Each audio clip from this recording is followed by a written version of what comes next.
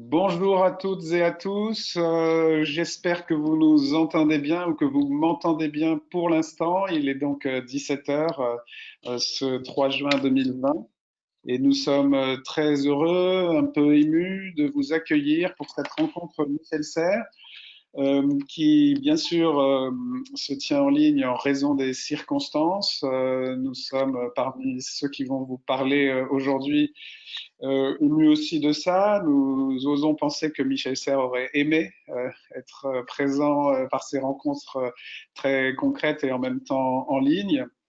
Bien entendu, ces rencontres avaient une origine bien précise et auraient dû se tenir en présence. Je vais le rappeler dans un instant.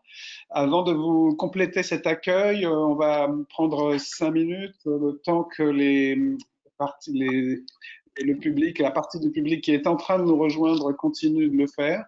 Vous êtes en train de vous connecter. Nous sommes conscients que de votre côté aussi, c'est une initiation en direct, en ligne, à ces nouvelles façons de partager et de se rencontrer.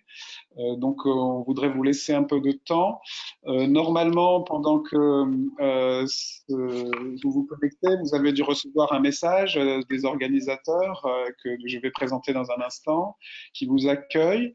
Je précise et je le repréciserai que vous avez, en tant que public, je dirais, de cet événement, un petit peu comme dans une salle de conférence, vous avez une sorte d'estrade. Ce sont les trois intervenants voilà, que vous voyez. Nous sommes sur l'estrade. Vous avez une affiche derrière nous. C'est l'affiche représentant la couverture d'un des deux livres qui viennent de paraître et sur laquelle vous voyez une photographie de Michel Serres.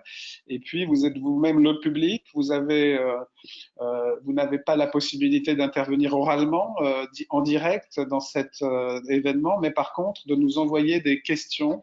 Normalement, vous avez un lien qui permet d'envoyer des questions que nous allons recevoir et que, comme je le disais dans le mot de présentation, nous relayerons aux intervenants d'abord en direct, puis ensuite, après coup, nous prendrons toutes les questions, nous les garderons, nous en ferons un recueil un petit peu et nous y répondrons aussi à celles que nous n'aurons pas pu, à celles auxquelles nous n'aurons pas pu répondre en direct pendant l'événement. Nous y répondrons donc après coup. Donc, il y avait un grand nombre d'inscrits à travers le tout premier lien d'inscription qui nous a permis de prendre la mesure de votre intérêt pour l'événement. Et donc ce nombre n'est pas encore tout à fait atteint parmi ceux qui nous ont rejoints effectivement aujourd'hui. Donc je vous propose d'attendre encore 1 ou 2 minutes avant de commencer formellement, en souhaitant la bienvenue à ceux qui sont en train de nous rejoindre. Peut-être une première présentation quand même avant que je le refasse un peu plus formellement de ceux qui sont avec moi sur l'estrade en tout cas. Vous avez alors sur mon écran, elle apparaît juste à ma gauche, Sophie Bancard, qui a été l'éditrice de Michel Serres pendant 33 ans, qui est aussi la fondatrice de la Fondation Michel Serres Institut de France, qui est un des organisateurs de l'événement. Et à sa gauche, Jean-François Serres, l'un des enfants de Michel Serres, l'un de ses fils, qui représente aussi toute la famille et dont je redirai aussi un mot dans un instant. Nous sommes encore une fois très heureux de vous accueillir et je crois que dans 2, 3 minutes, je referai une présentation, vous donnerai un petit peu le mode d'emploi, le déroulement de cette rencontre et que nous pourrons effectivement commencer. Peut-être aussi un mot, pendant que vous continuez à arriver, hein, beaucoup sont en train de se connecter, encore un petit mot d'introduction, de pré-introduction, pour vous dire que nous sommes donc un petit groupe de la famille, des amis, des lecteurs, des étudiants et autres proches de Michel Serres à avoir organisé cet événement, mais que nous sommes des amateurs en mode de conférence en ligne. Nous sommes nous tentons le baptême de la conférence en direct, même si la période nous a permis de nous familiariser, c'est quand même un outil, le séminaire en ligne, que nous découvrons tous un petit peu en direct. Il faudra excuser les éventuelles imperfections techniques. Nous venons même de régler à l'instant même la façon de vous présenter une image de Michel Serres en direct, sans autre interférence sur l'écran, sinon nos propres présences sur l'estrade. Je vous propose donc, puisqu'on a laissé 5 minutes passer, je vous propose de commencer un petit peu plus formellement. Donc, je vous redis la bienvenue.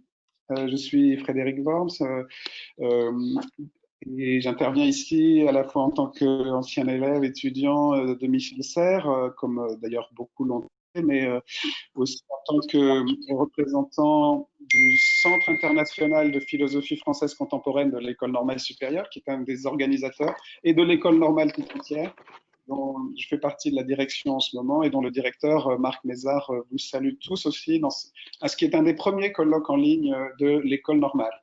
Je suis très heureux de vous accueillir à cet événement. Michel Serres était venu un an avant sa disparition. Nous le réaccueillons, si j'ose dire, un an après. J'en redirai un mot dans un instant. Cet événement est co-organisé avec la Fondation Michel Serres Institut de France, dont Sophie Bancard est l'initiatrice et la fondatrice. Je l'ai déjà dit, elle est à ma gauche sur l'estrade, si j'ose dire, et donc a été aussi l'éditrice de Michel Serres et de la plupart de ses livres depuis 33 ans, et donc d'une grande partie de son œuvre, dont nous ferons un petit parcours dans un instant. Et on est accompagné aussi j'allais dire, d'un troisième groupe d'organisateurs qui est la famille de Michel Serres elle-même, envers laquelle nous sommes très reconnaissants et que Jean-François Serres représente ici. Je vais passer la parole à Jean-François Serres dans un instant, mais avant, vous redire un mot de l'origine, du principe et du déroulement de cette rencontre. L'origine de cette rencontre, c'est bien entendu la disparition de Michel Serres lui-même. Il y a maintenant 1 an et 1 jour, je crois, ou 2 jours. 1 an et 2 jours. Il y a 1 an et 2 jours que Michel Serres disparaissait. C'était le week-end de l'Ascension l'année dernière. Aujourd'hui, nous sommes un peu après celui de la Pentecôte. Dès cette disparition, tous ceux qui en ont été directement émus et touchés, il y en avait beaucoup, enfin une partie en tout cas de ceux qui en ont été touchés, ont pensé qu'il fallait lui rendre un hommage, au-delà de ceux qui ont déjà été rendus, un hommage à la fois un peu universitaire, disons, mais pas trop, j'allais dire, un hommage qui consacre aussi son œuvre comme un classique, d'une œuvre du XXe et du XXIe siècle, qui affronte aussi les questions contemporaines et qui surtout montre comment affronter les questions contemporaines avec Michel Serres. On ne pensait pas que la pandémie donnerait encore une urgence supplémentaire à cet aspect et qui surtout soit une vraie rencontre avec lui. C'est pourquoi dès le début, nous avons pensé que cette rencontre Michel Serres, dans l'absence de sa personne, ne pouvait se faire qu'à travers ses textes. Nous avions demandé à certains des auteurs de l'hommage à 50 voix dont vous voyez la couverture sur l'écran de préparer une analyse de la pensée de Michel Serres à travers le commentaire d'un de ses textes qui serait, et ça va être le cas, qui sera lu en direct pour faire entendre la voix de Michel Serres à travers ses textes. Nous avons d'ailleurs choisi aujourd'hui de ne faire entendre sa voix que à travers ces textes. Tout le monde est évidemment très marqué par la voix de Michel Serres. Aujourd'hui, vous ne l'entendrez pas, c'est pourtant quelque chose qu'on fera très souvent et j'espère qu'on le refera tous très souvent et nous l'avons tous en tête. Mais aujourd'hui, nous l'entendrons à travers ses écrits et je crois que c'est une autre manière de l'entendre tout à fait capitale. Donc, nous avions prévu d'organiser cet événement dans une salle de l'école normale et l'événement nous en a empêché. Nous avions prévu d'avoir une quinzaine d'intervenants et nous avons décidé, puisque c'était en ligne, de réduire cet événement à 4 interventions principales. 4 interventions principales de commentaires de texte, entrecoupées de lectures, donc, je vais rappeler ça dans un instant, de lecture donc des textes qui vont être commentés par nous 4. Voilà, il y a un tout petit groupe parmi le groupe des amis et parmi même évidemment le groupe encore plus vaste des lecteurs et des interlocuteurs de Michel Serres, mais c'est un échantillon, comme aurait dit son maître Leibniz, un échantillon qui comprend la totalité, on l'espère, de l'affection qu'on lui porte. Donc, cet événement est un peu en modèle réduit. Il a une autre origine, c'est 1 an après la parution de 2 livres. Vous voyez la couverture de l'un d'entre eux, Michel Serres, hommage à 50 voix au Pommier, la maison où Sophie a édité beaucoup de ses livres. Un livre posthume vient déjà de paraître aussi de Michel Serres, Adisha, Adieu, on en parlera tout à l'heure avec Sophie Bancard. Donc, nous parlerons tout à l'heure du dernier livre publié par Michel Serres de son vivant, ou en tout cas remis à l'éditeur de son vivant. Il y en aura plusieurs autres qui vont suivre. Et Sophie, en fin de parcours, vous parlera des suites, des prolongements de cet événement. Vous êtes nombreux à vous être inscrits. Nous espérons garder le contact avec vous au-delà de l'événement, soit par la fondation, soit par l'école normale ou par toutes sortes d'événements autour de Michel Serres. Maintenant que je vous ai un tout petit peu présenté l'événement, je vous en raconte un peu le déroulement, en remerciant encore ceux avec qui on a pu l'organiser, la Fondation Michel Serres, l'École normale supérieure et la famille qui va prendre aussi à travers Jean-François la parole dans un instant. Donc je vais passer dans un instant la parole à Jean-François Serres, qui est donc l'un des fils de Michel Serres, l'un des enfants de Michel Serres et qui ici représente toute sa famille, qui est également le fondateur et directeur d'une association importante d'accompagnement des personnes qui s'appelle Mona Lisa. Jean-François prendra donc la parole dans un instant. Ensuite, nous entrerons dans la série de lectures suivies d'interventions. Les lectures des textes de Michel Serres nous seront faites par Jean-Pierre Arbon. Jean-Pierre est éditeur et chanteur, il est aussi un ami de Michel Serres et il a même écrit des chansons avec lui. Il lira donc les textes, les extraits que, à titre d'échantillon, les 4 intervenants ont choisi pour les commenter. Encore une fois, nous n'avions pas envie de parler seulement sur Michel Serres, mais avec lui et sous sa voix, représentée par des textes. Le premier intervenant sera Roland Cher. Roland Cher qui, lui aussi, a été très proche de Michel Serres, qui est philosophe, qui a dirigé la communication scientifique de la Cité des sciences de la Villette, et qui est récemment l'auteur d'un livre aux éditions du Pommier aussi, qui sera bientôt réédité d'ailleurs, qui s'intitule Réparer le vivant, sauf si je me trompe de verbe d'ailleurs, Jean Roland nous le redira, mais c'est un livre qui va bientôt reparaître dans un contexte très urgent par ailleurs. Roland commentera un extrait du Contrat naturel de Michel Serres. Il sera suivi par une deuxième lecture, une lecture d'un passage du Temps des crises, publié par Michel Serres aux éditions du Pommier, qui sera commenté ensuite par Bernadette Binceau de Vincent, philosophe, historienne des sciences, professeure émérite à la Sorbonne, à Paris 1, l'université où Michel Serres a enseigné pendant très longtemps, a enseigné l'histoire des sciences.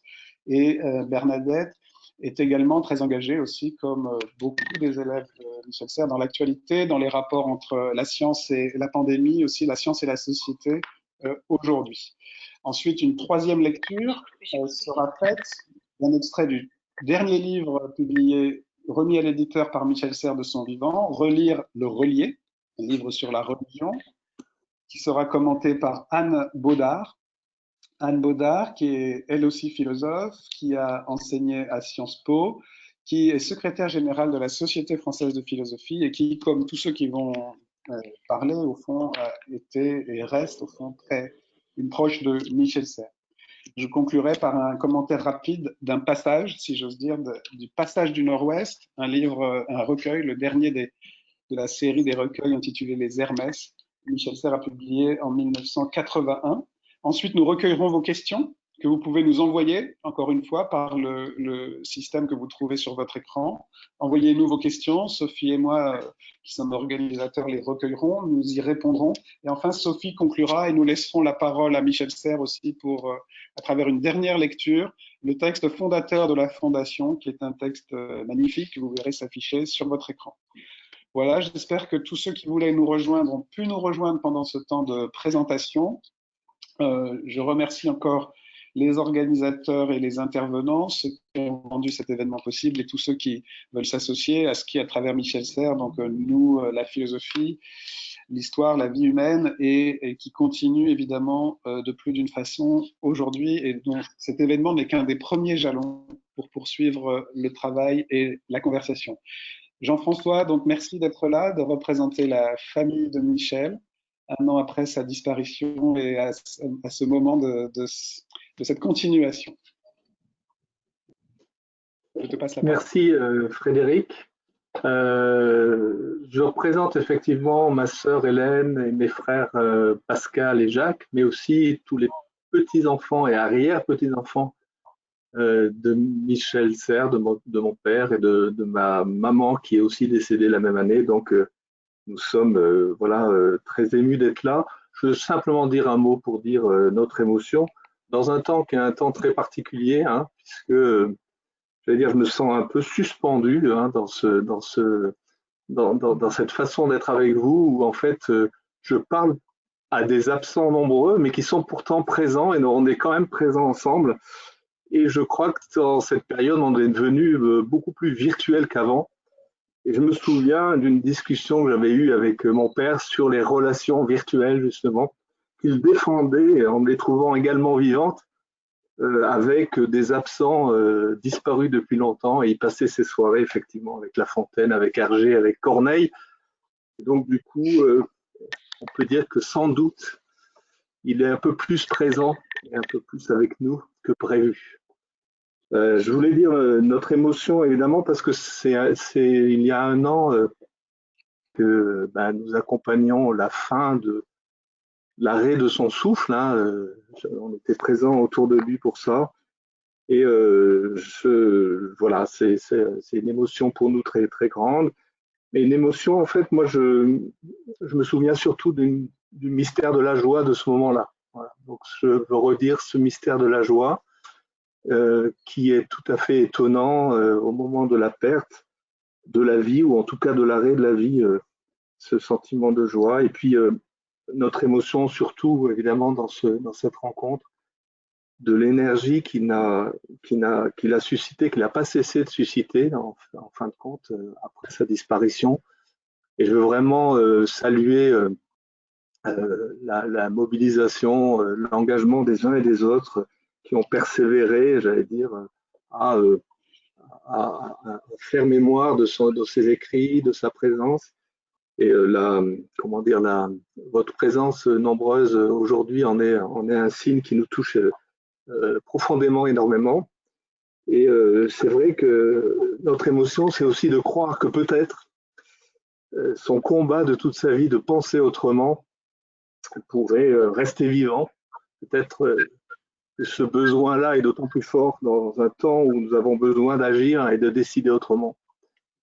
Donc, pour nous, c'est une espérance grande qu'on partage avec vous, mais qu'on partage aussi avec lui.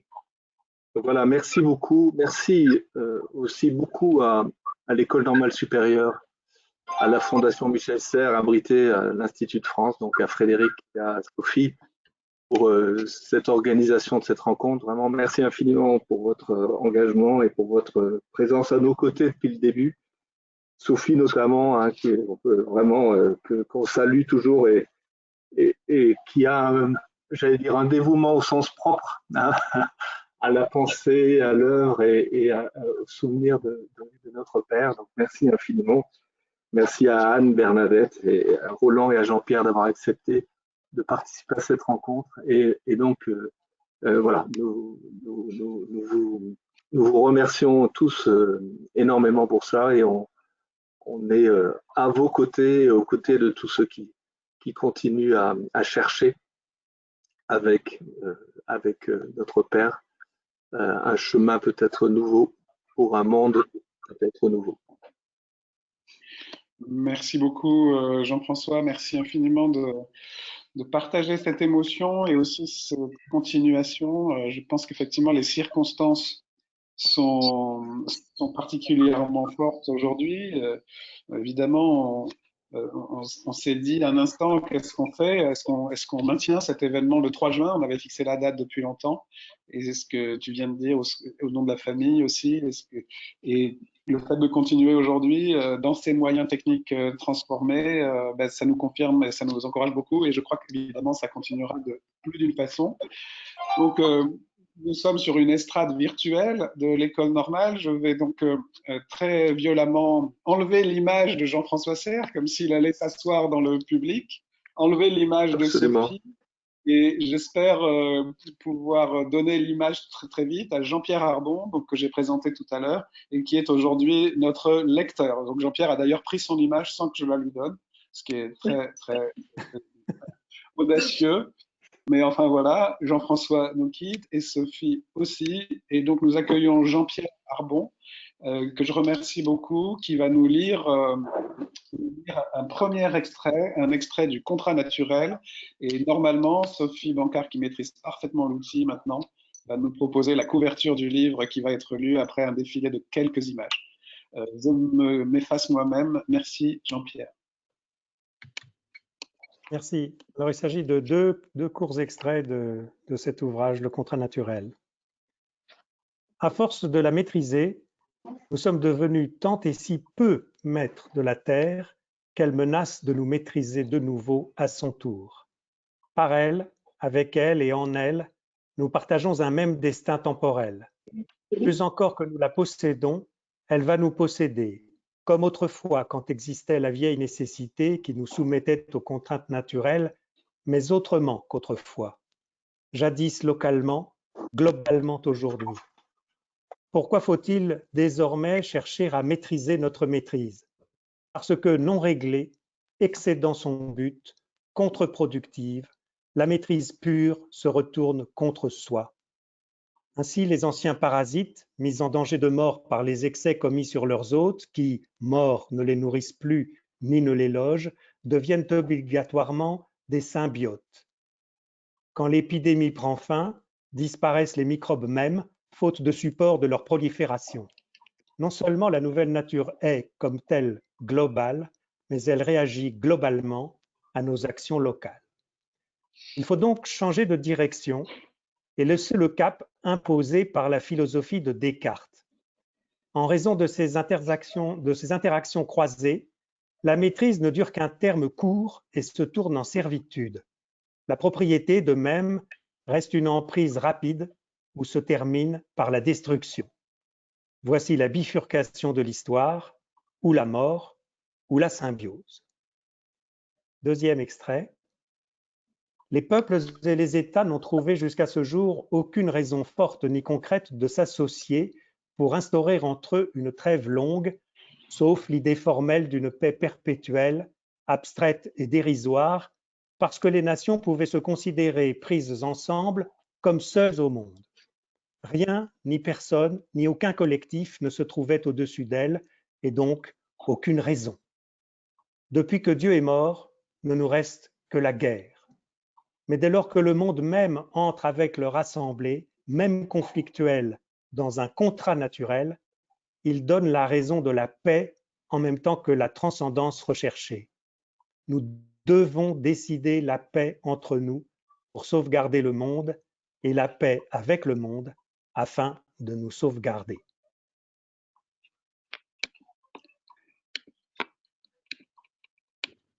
Merci infiniment, Jean-Pierre, de nous avoir fait entendre la voix de Michel Serres. Pour ceux qui nous ont rejoints entre-temps, je rappelle que cette rencontre est ponctuée de lectures, de textes et ensuite suivie de leurs commentaires. C'est la règle que les intervenants se sont donnés.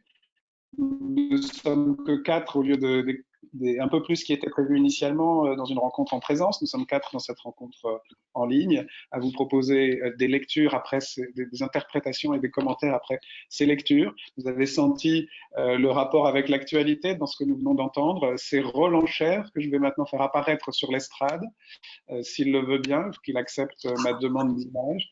C'est Roland Cher donc qui va nous rejoindre pour intervenir. Voilà, Roland vient de nous rejoindre. Roland que j'ai présenté tout à l'heure, qui va donc commenter le texte que nous venons d'entendre du contrat naturel de Michel Serres. Roland, tu as la parole. Roland?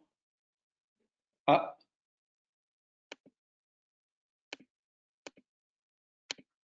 Ah, est-ce que la connexion de Roland aurait coupé? Pourtant, nous avons tout son... Les liens semblent être bien présents, c'est très curieux. Roland, est-ce que la connexion ne marche plus? Allô? Roland? Oui, je suis revenu parmi vous. Il y a eu un bug technique. Vous m'entendez? D'accord. Oui, nous t'entendons. Ton image est figée, mais nous entendons ta voix. Tu peux y aller.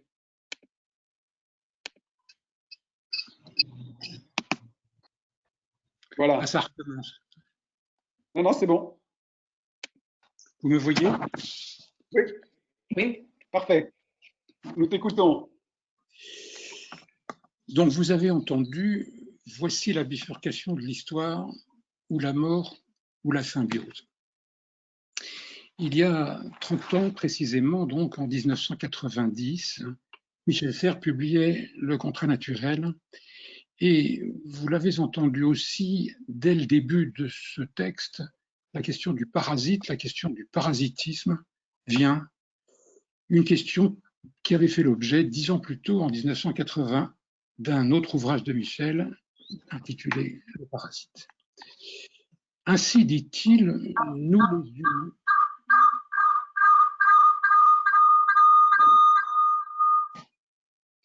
Vas-y, vas-y. ainsi dit-il, nous les humains, nous avons proliféré dans le monde ou dans la nature ou sur la terre, comme vous voudrez, nous avons proliféré comme font des parasites qui se multiplient en exploitant un organisme qu'on appelle leur hôte. Des parasites qui affaiblissent l'hôte dont ils vivent et qui peuvent l'affaiblir au point de le faire mourir, c'est-à-dire au point de tuer, de ruiner ceux-là même qui leur assurent le vivre et le couvert. Moyennant quoi, les parasites se condamnent eux-mêmes à mort et le contrat naturel annonce, me semble-t-il, que nous, les humains, dans notre rapport à la Terre, il se pourrait bien que nous nous rapprochions d'une telle situation. Ce que donc a écrit Michel Serres voici 30 ans, c'est qu'une prolifération parasitaire, disons une pandémie virale par exemple, pourrait bien nous donner une idée de ce que nous, humains, nous faisons à la Terre. Voyons-y d'un peu plus près. Le parasite entretient avec son hôte une relation hostile. Alors que la prédation représente l'agression du gros contre le petit, le parasitisme est cette forme de guerre qui convient au petit quand il s'attaque au gros. Et autre différence, à la différence de la prédation, le parasitisme est ce qu'on appelle une interaction durable. Ça dure un peu en tout cas.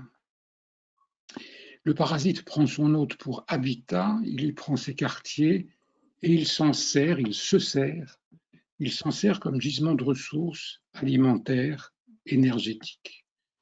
Tantôt installé en surface, tantôt en profondeur, il détourne à son profit les métabolismes de l'organisme qu'il héberge, dont il devient alors dépendant. Le parasite prend tout et ne donne rien, l'hôte donne tout et ne reçoit rien. Donc, le parasite est l'ennemi de son hôte. Et en latin, ennemi se dit hostis. Le parasite est hostile à son hôte, lequel lui rend son hostilité tout en lui donnant, contraint et forcé, l'hospitalité. Étrange mélange, étrange combinaison d'hospitalité et d'hostilité. Et que cette relation soit hostile, on le voit à ce qu'elle devient rapidement une sorte de course aux armements.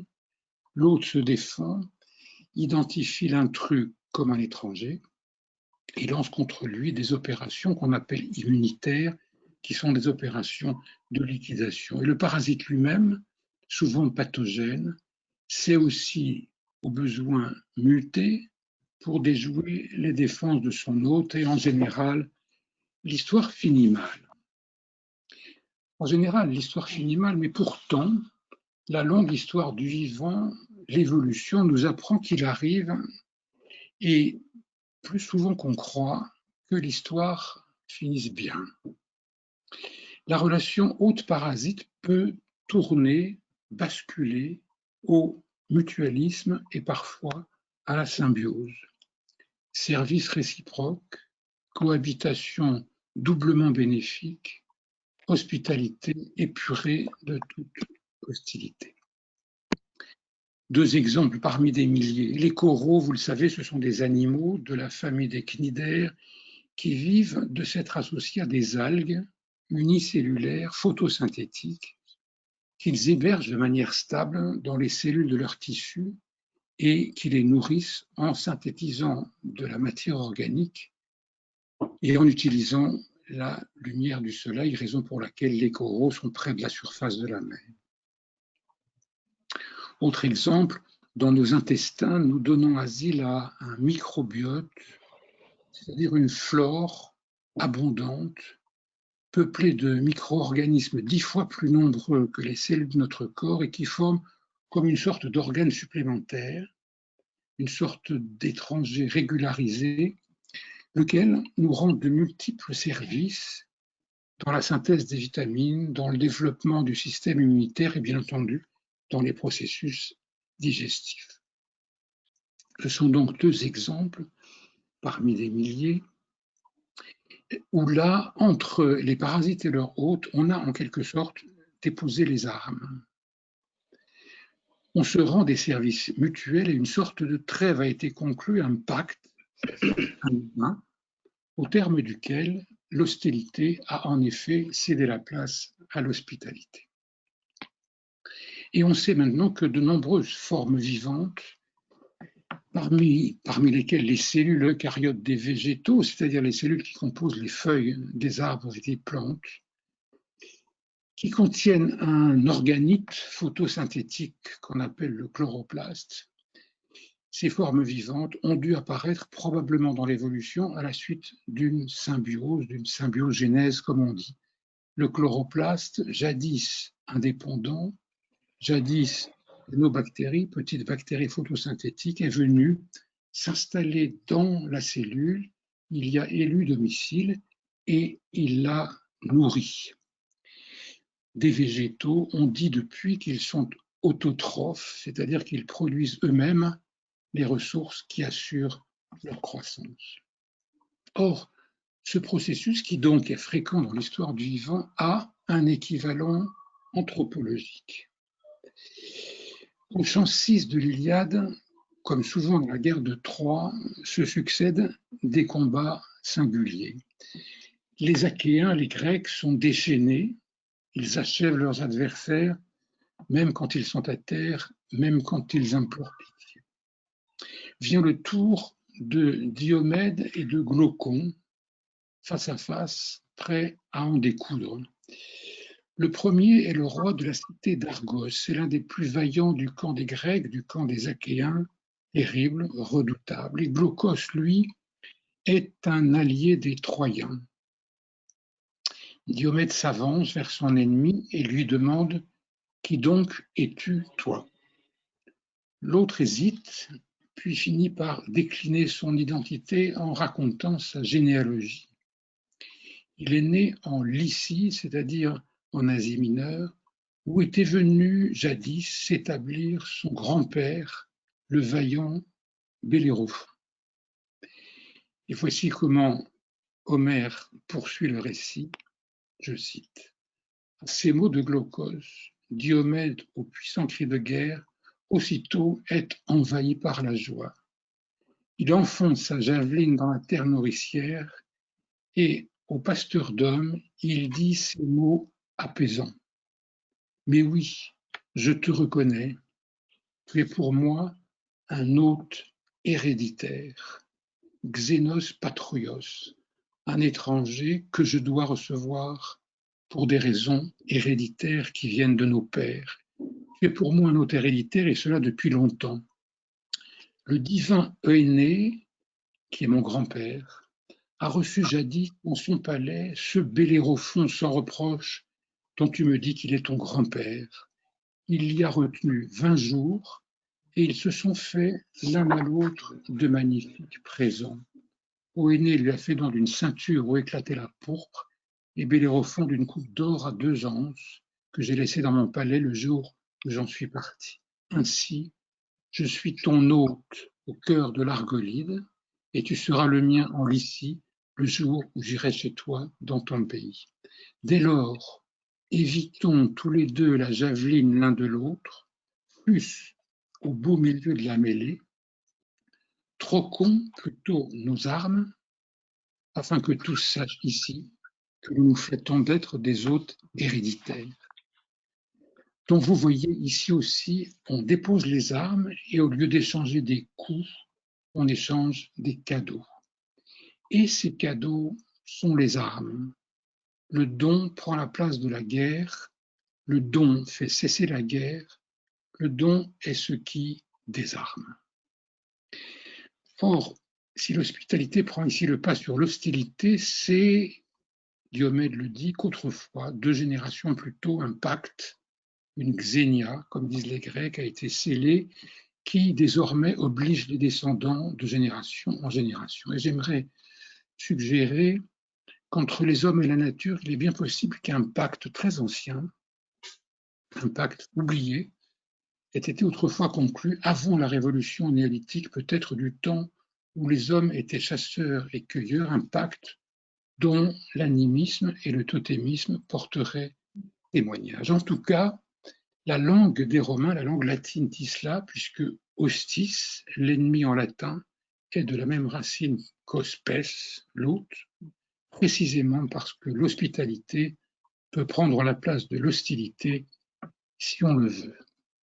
Voici la bifurcation de l'histoire, ou la mort ou la symbiose. Or, vous l'avez entendu, le contrat naturel ajoute ceci.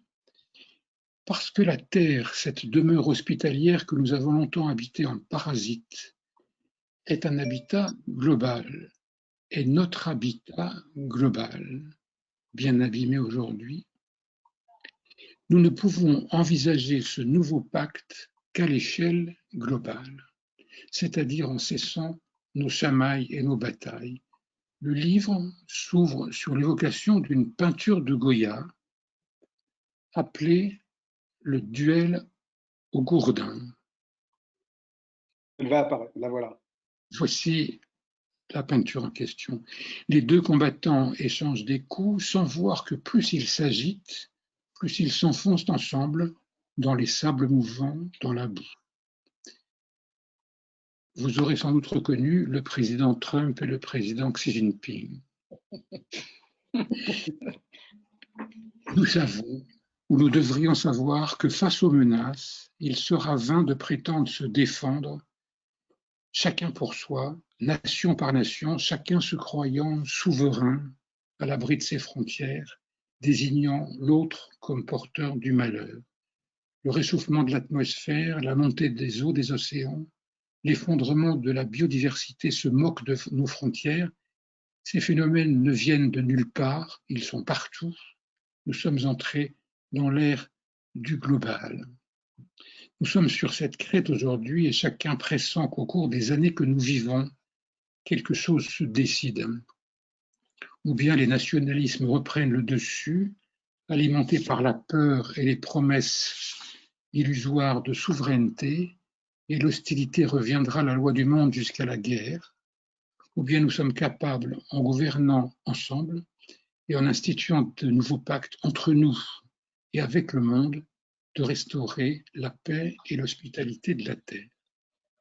Nous devons décider la paix entre nous pour sauvegarder le monde et la paix avec le monde pour nous sauvegarder.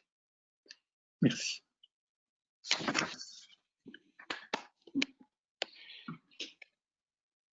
Merci, cher Roland. Merci de cette très belle lecture qui prolongeait la lecture du texte de Michel. On a entendu sa voix aussi, je crois, dans la manière dont tu racontais Homère. Michel Serres était aussi un conteur. Il écrivait aussi dans la marge et de ce qu'il relisait, comme il le disait dans son dernier livre.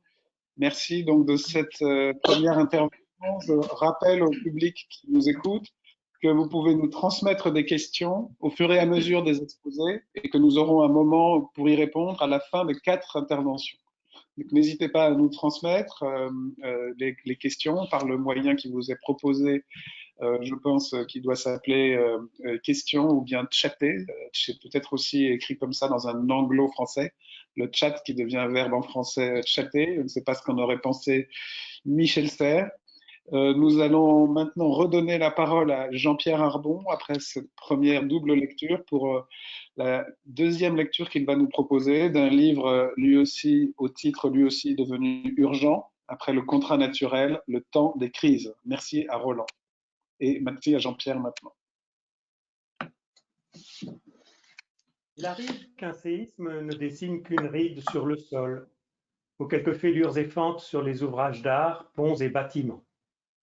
À force millénaire de tremblements de terre, apparaît une crevasse large dans le paysage, comme on en voit en Islande, ou en Californie, celle de San Andreas. Visibles, puis imprimées sur la carte, ces traces et marques révèlent et cachent une faille géante au niveau des plaques basses qui se meuvent lentement et cassent tout à coup dans les abysses tectoniques invisibles. Et la cause profonde de tous ces mouvements gît là. Voilà le plan coupe du livre et voici son sujet. Financière et boursière, la crise qui nous secoue aujourd'hui, sans doute superficielle, cache et révèle des ruptures qui dépassent dans le temps la durée même de l'histoire, comme les failles de ces plaques basses dépassent dans l'espace notre perception. Accéder à ces causes enfouies exige que l'on quitte l'actualité des chiffres. Le mot crise vient du grec krino, qui signifie juger. Expliquer le sens d'un terme permet parfois d'éclaircir ce qu'il désigne. Exemple, un critique de théâtre raconte la pièce un peu, pas trop pour ne pas l'éventer, mais finit par la dire excellente ou mauvaise, bien ou mal mise en scène et jouée. Le critique de cinéma juge le film navet ou génial. En quelque façon, il installe un tribunal. Ainsi, le mot crise laisse voir son origine juridique. Il s'agit là d'une décision prise par un jury et par son président. Latine, quant à elle, décision veut dire couper en deux, comme avec des ciseaux. Oui ou non, doit-on juger le prévenu coupable ou innocent? À la fin du procès, l'on tranche. Le coup n'a guère. Le critique décide en partie et parfois du succès ou de la chute d'une réputation. Passé, mais alors de façon décisive pour ce qui nous occupe au lexique médical, la crise décrit l'état d'un organisme confronté à la croissance d'une maladie infectieuse, nerveuse, sanguine, cardiaque, jusqu'à un pic local et catastrophique qui le met tout entier en danger. Crise de nerfs, d'asthme, d'apoplexie, d'épilepsie, crise cardiaque. En cette situation, justement critique, le corps prend à nouveau et de soi une décision. Passé cette limite, ou il meurt, ou il emprunte un tout autre chemin. Bifurcation et choix, de nouveau. Dans le cas où il survit au sortir de la dite crise, il prend une autre voie et guérit. Que penser alors de cette guérison? Qu'elle ne fait jamais retour en arrière.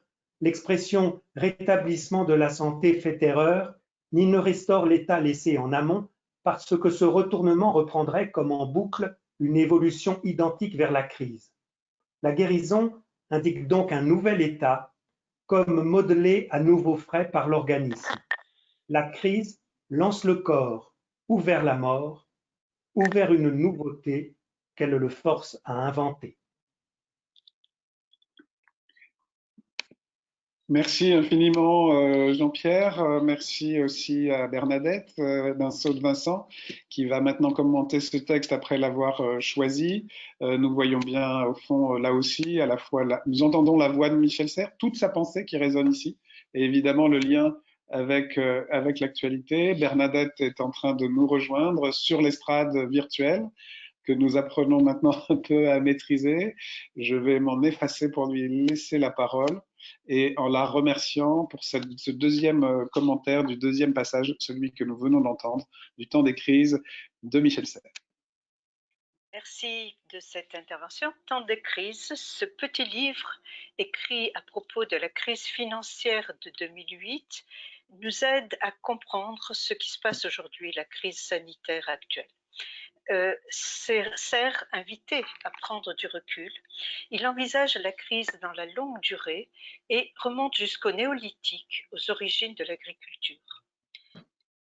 En décrivant nos modes de vie urbains, 80% de la population mondiale actuelle vit en ville, et en évoquant nos habitudes de mobilité, voyage en avion ou en TGV, Serres a très clairement anticipé la crise actuelle. Je cite: Ces déplacements exposent le système immunitaire des humains à des pandémies auxquelles peut-être nous ne saurons plus un jour comment répondre.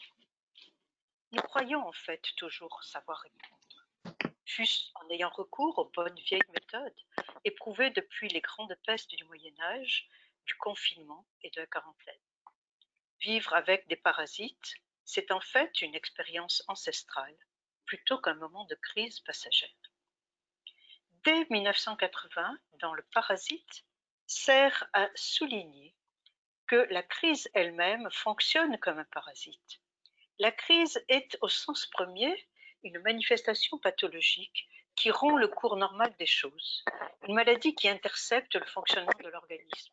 Je cite, « Elle est un bruit qui brouille les messages dans les circuits de l'organisme, elle parasite leur circulation ordinaire. La maladie en général est parasite. » Cette crise sanitaire, qui redouble la crise climatique, exprime en fait l'état morbide de notre système économique et social mondialisé. Un état qui n'a rien de passager ni d'éphémère, car on ne se débarrasse jamais des parasites. Un parasite chasse l'autre, écrivait Serre. La force qui l'exclut en ramène un autre. Bref, j'en tire une première leçon. Nous devons apprendre ou réapprendre à vivre avec le virus. Du normal, on ne parle pas, tandis que de la maladie, elle, fait du bruit. Depuis quelques mois, les journaux, la radio, la télévision, comme les réseaux sociaux, ne parlent plus que du virus. Ce parasite colonise tous les réseaux, il occupe tout l'espace de communication. Mais avant de trôner à la une de l'actualité, le virus avançait sans bruit. Pendant que les journaux ne parlaient que de politique, pendant que les parlementaires se déchiraient sur la réforme des retraites, comme les deux combattants peints par Goya qui ne se rendent pas compte qu'ils s'enfoncent dans les sables mouvants, le virus, lui, faisait son chemin, passant d'un individu à 2, à 5, à 10 autres individus, silencieusement. De proche en proche, par contact et contagion, le coronavirus a fait intrusion dans la société. Son entrée en scène symbolise l'intrusion du monde dans le jeu politique, une intrusion ou une inclusion que Serre a décrite et appelée de ses vœux dès le contrat naturel en 1990. Le coronavirus me semble offrir un exemple parfait de ce que Serre appelait un objet-monde, c'est-à-dire un objet qui ne se laisse pas aisément cerner, contrôler, qui ne se laisse jamais enfermer dans un local parce qu'il a un rayon d'action global. La bombe atomique, qui est capable de détruire tous les vivants à la surface de la planète, est un objet-monde. Et Serre racontait volontiers que la bombe d'Hiroshima est ce qui l'a incité à quitter l'école navale. Et il ajoutait, je cite, qu'elle reste l'unique objet de sa philosophie. Il a par la suite identifié d'autres objets du monde comme les satellites, Internet et les déchets nucléaires. Je pense que deux traits distinguent les objets mondes décrits par Michel Serres. Ils ont un statut hybride de nature et d'artifice et ils défient savoirs et pouvoirs car ils s'imposent en vertu d'une nécessité inexorable. Le parasite, en effet, prospère tant qu'il trouve des hôtes disponibles. Le coronavirus circule d'une espèce à l'autre, d'un individu à l'autre, dans les marchés, les églises, les gares, les aéroports.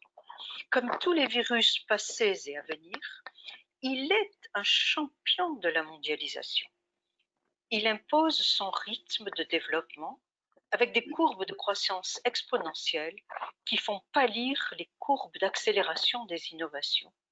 Ces fameuses courbes qui montrent fièrement la montée en puissance des ordinateurs et la chute de leur prix.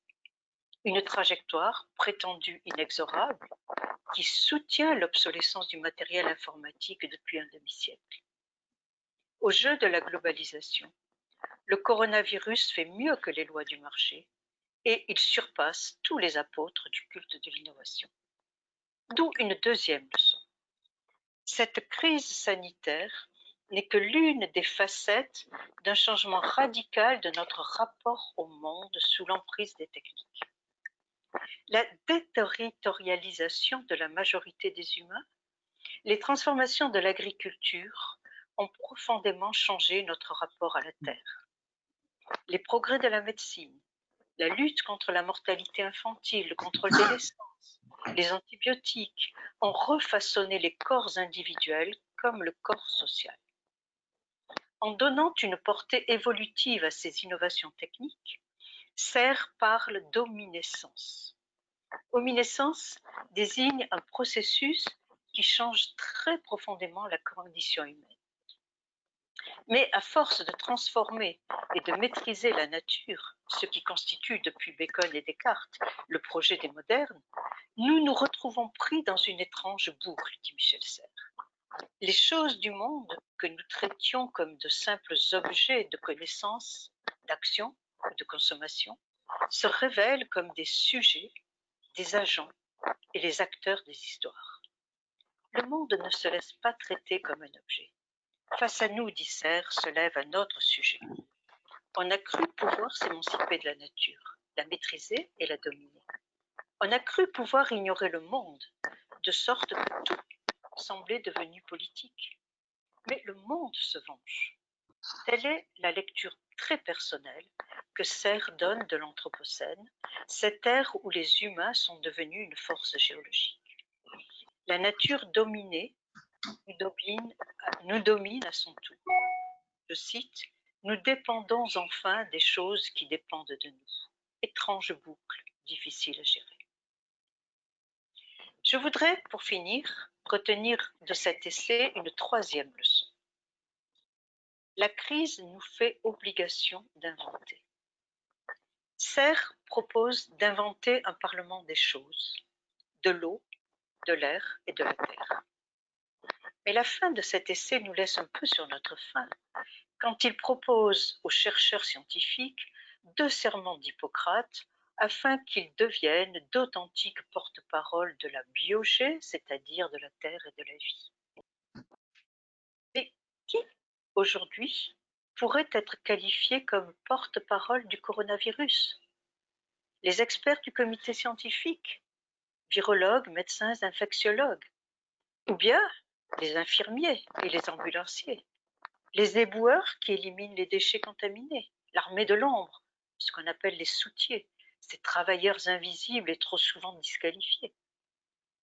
Personne, en réalité, ne peut prétendre porter la voix du virus, justement parce que le propre du parasite, c'est de nous échapper toujours, de nous étonner. Le parasite, écrivait Serres en 1980, invente du nouveau. Parce qu'il ne mange pas comme tout le monde, il construit une logique nouvelle.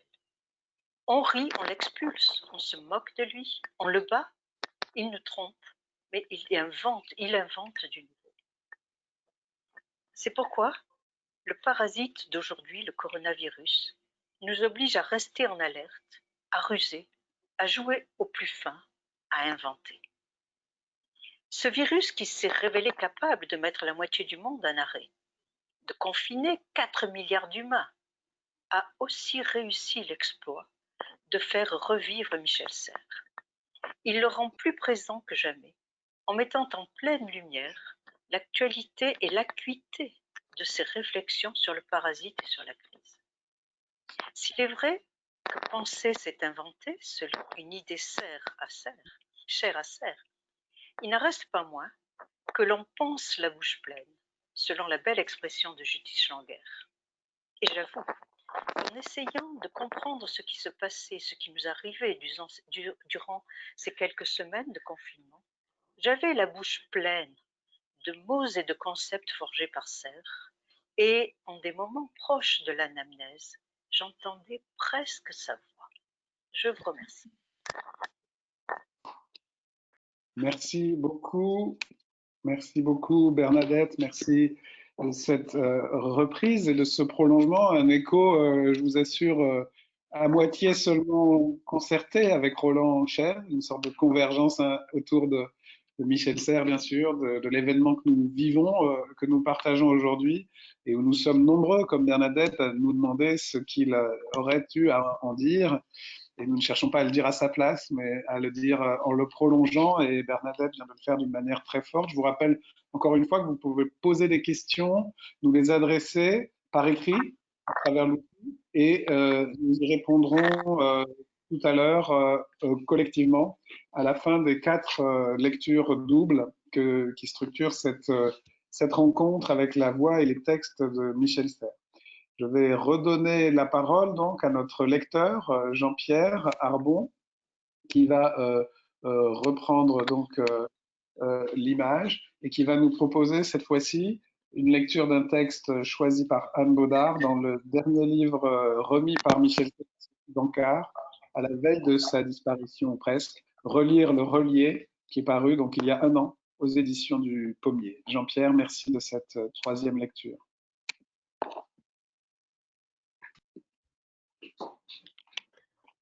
Les rois mages.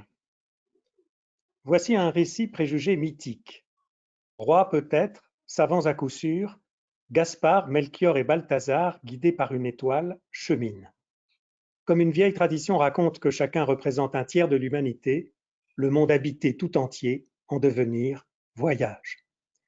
Mages, donc sages, ils excellent dans leur discipline. L'une fondée sur l'or, aujourd'hui nous dirions économiste le premier. Comme la myrrhe aromatique développe des vertus médicinales, nous dirions le deuxième botaniste, savant biochimiste. Voyez maintenant se délier les volutes de l'encens et partout depuis la nuit des temps pour faire monter vers les dieux louanges, prières et supplications, nous dirions le dernier poète. Roi mage, voilà le titre que méritent les meilleurs experts dans leurs pratiques respectives. Nous dirions aujourd'hui que Gaspard Or eût mérité de recevoir le prix Nobel d'économie, Melchior Myrrhe celui de physique ou de médecine, Balthazar enfin celui de littérature ou de la paix. Roi mage, puissant donc dans le savoir, l'un connaît la force énorme chez les hommes de l'or, l'autre la puissance de la science et de ses applications médicales, le dernier peut évaluer la valeur du langage et de la communication. Tous trois savent ces 3 valeurs capables de construire ou de détruire les choses et les groupes, faire ou défaire les rois, la guerre ou la paix perpétuelle. Ont-ils inventé ces valeurs? Nous ne le savons pas. Au moins, voyons-nous que luxueusement, ils représentent leur présent, c'est-à-dire l'argent, la science et la langue. Merci beaucoup Jean-Pierre, merci pour cette lecture. Je vais maintenant inviter sur l'estrade à travers sa caméra Anne Baudard qui va commenter ce texte. Il faut, Anne, que tu acceptes ma demande de te connecter par ta caméra et je crois que ça va être le cas. Donc voici Anne Baudard pour la 3e intervention et commentaire du texte qui vient de vous être lu. Anne. Merci. On sait la fascination de Michel Serres pour le récit. Combien de fois a-t-il dit « Nous avons tous besoin d'un récit pour exister ». De 2001 à 2006, il s'est consacré au grand récit du monde. Sa recherche est inlassable d'un nouveau nouvel universel à visée de paix. Il a cherché toute sa vie comment on pouvait éradiquer le mal, la violence, la concurrence qui existe depuis toujours.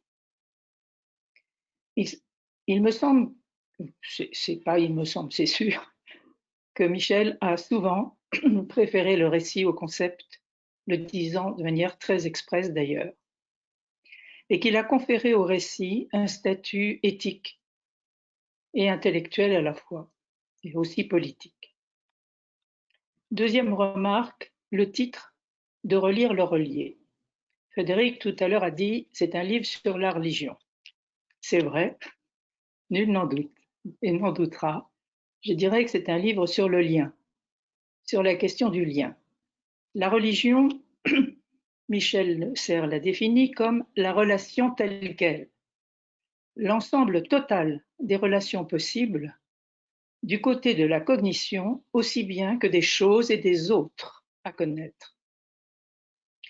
Et cette mise en valeur du lien repose aussi sur la langue.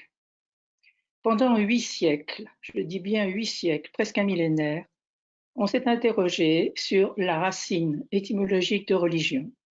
Je ne vais pas faire le détail sémantique, j'en ai pas le temps, mais je pourrais le faire ailleurs.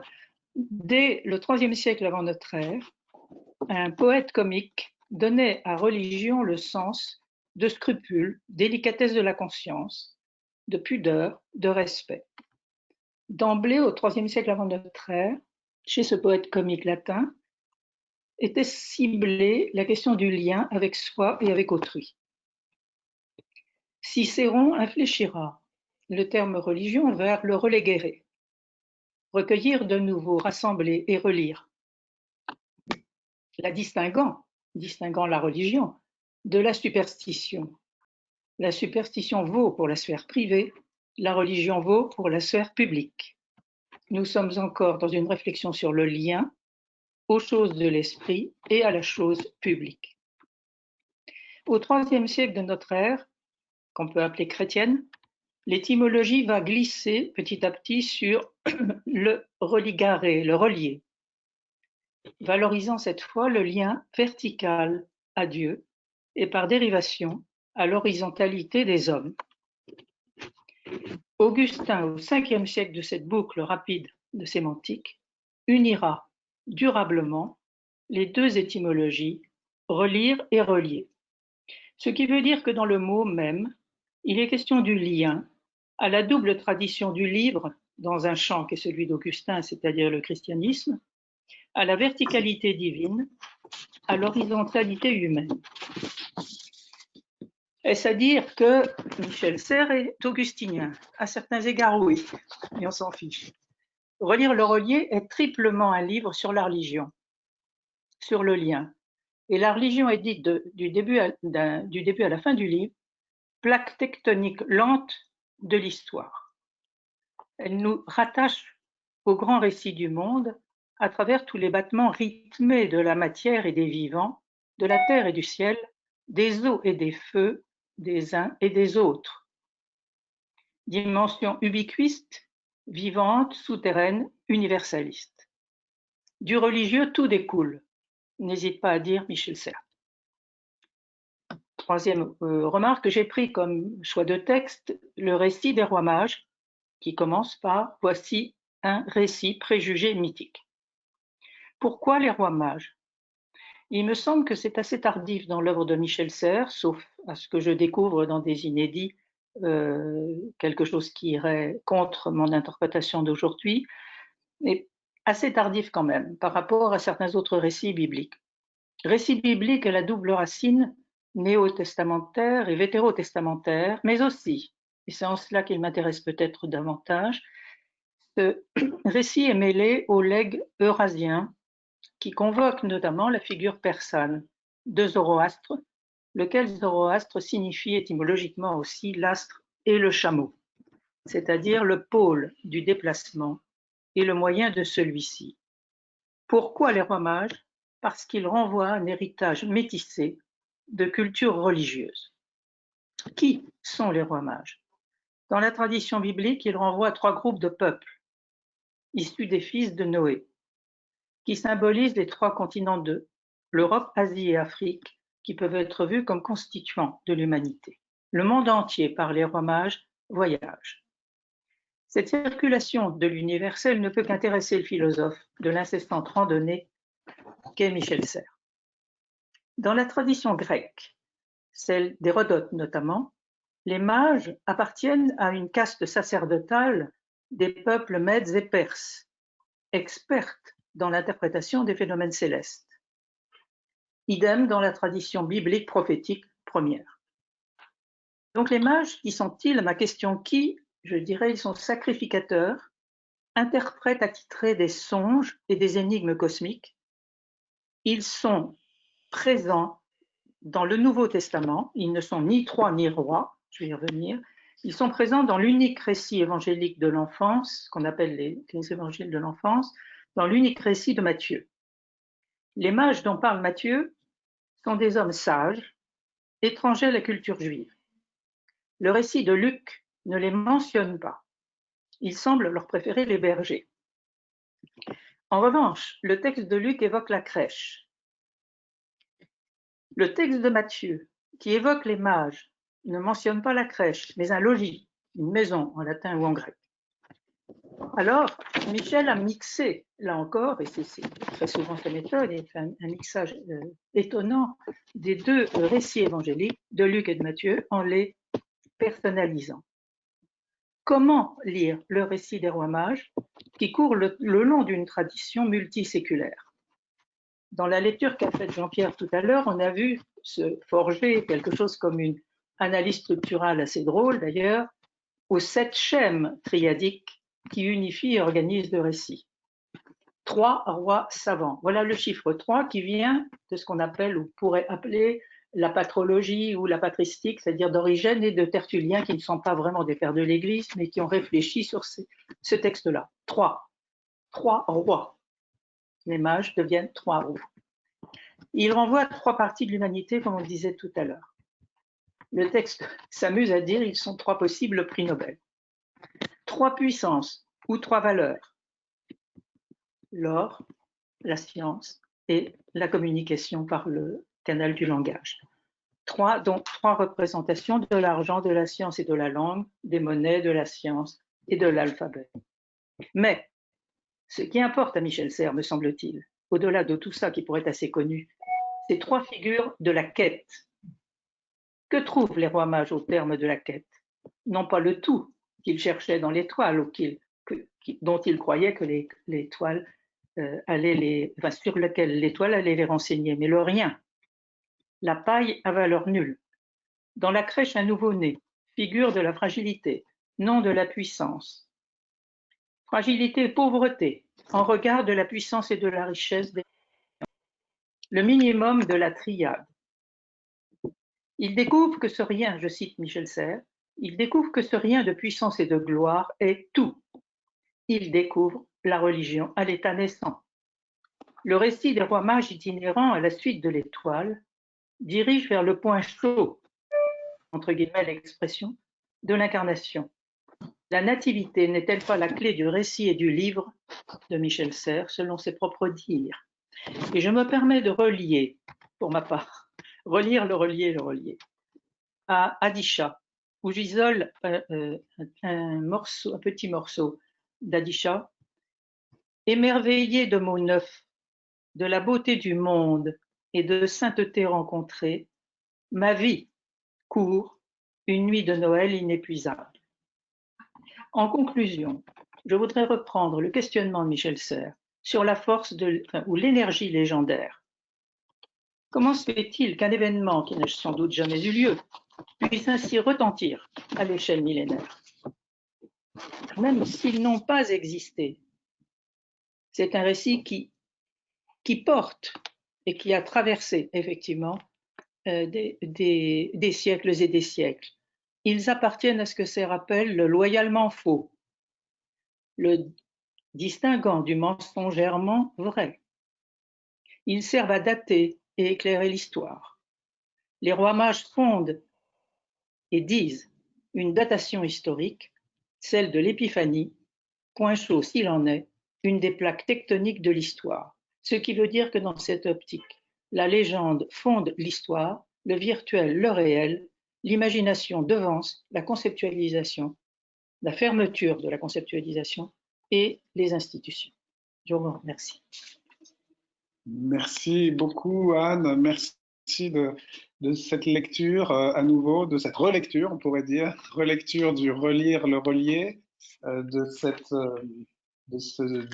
on n'ose pas dire le dernier livre, finalement, en tout cas le dernier qu'il a remis, Michel Serres, dont vous voyez une photo sans doute assez récente, le dernier livre qu'il a remis à Sophie Bancard et qui est donc paru l'année dernière. Je vais maintenant repasser la parole une avant-dernière fois en fait à Jean-Pierre Ardon pour une avant-dernière lecture, la lecture du texte que je commenterai moi-même rapidement ensuite, deux passages tirés du Passage du Nord-Ouest, publié par Michel Serres en 1981.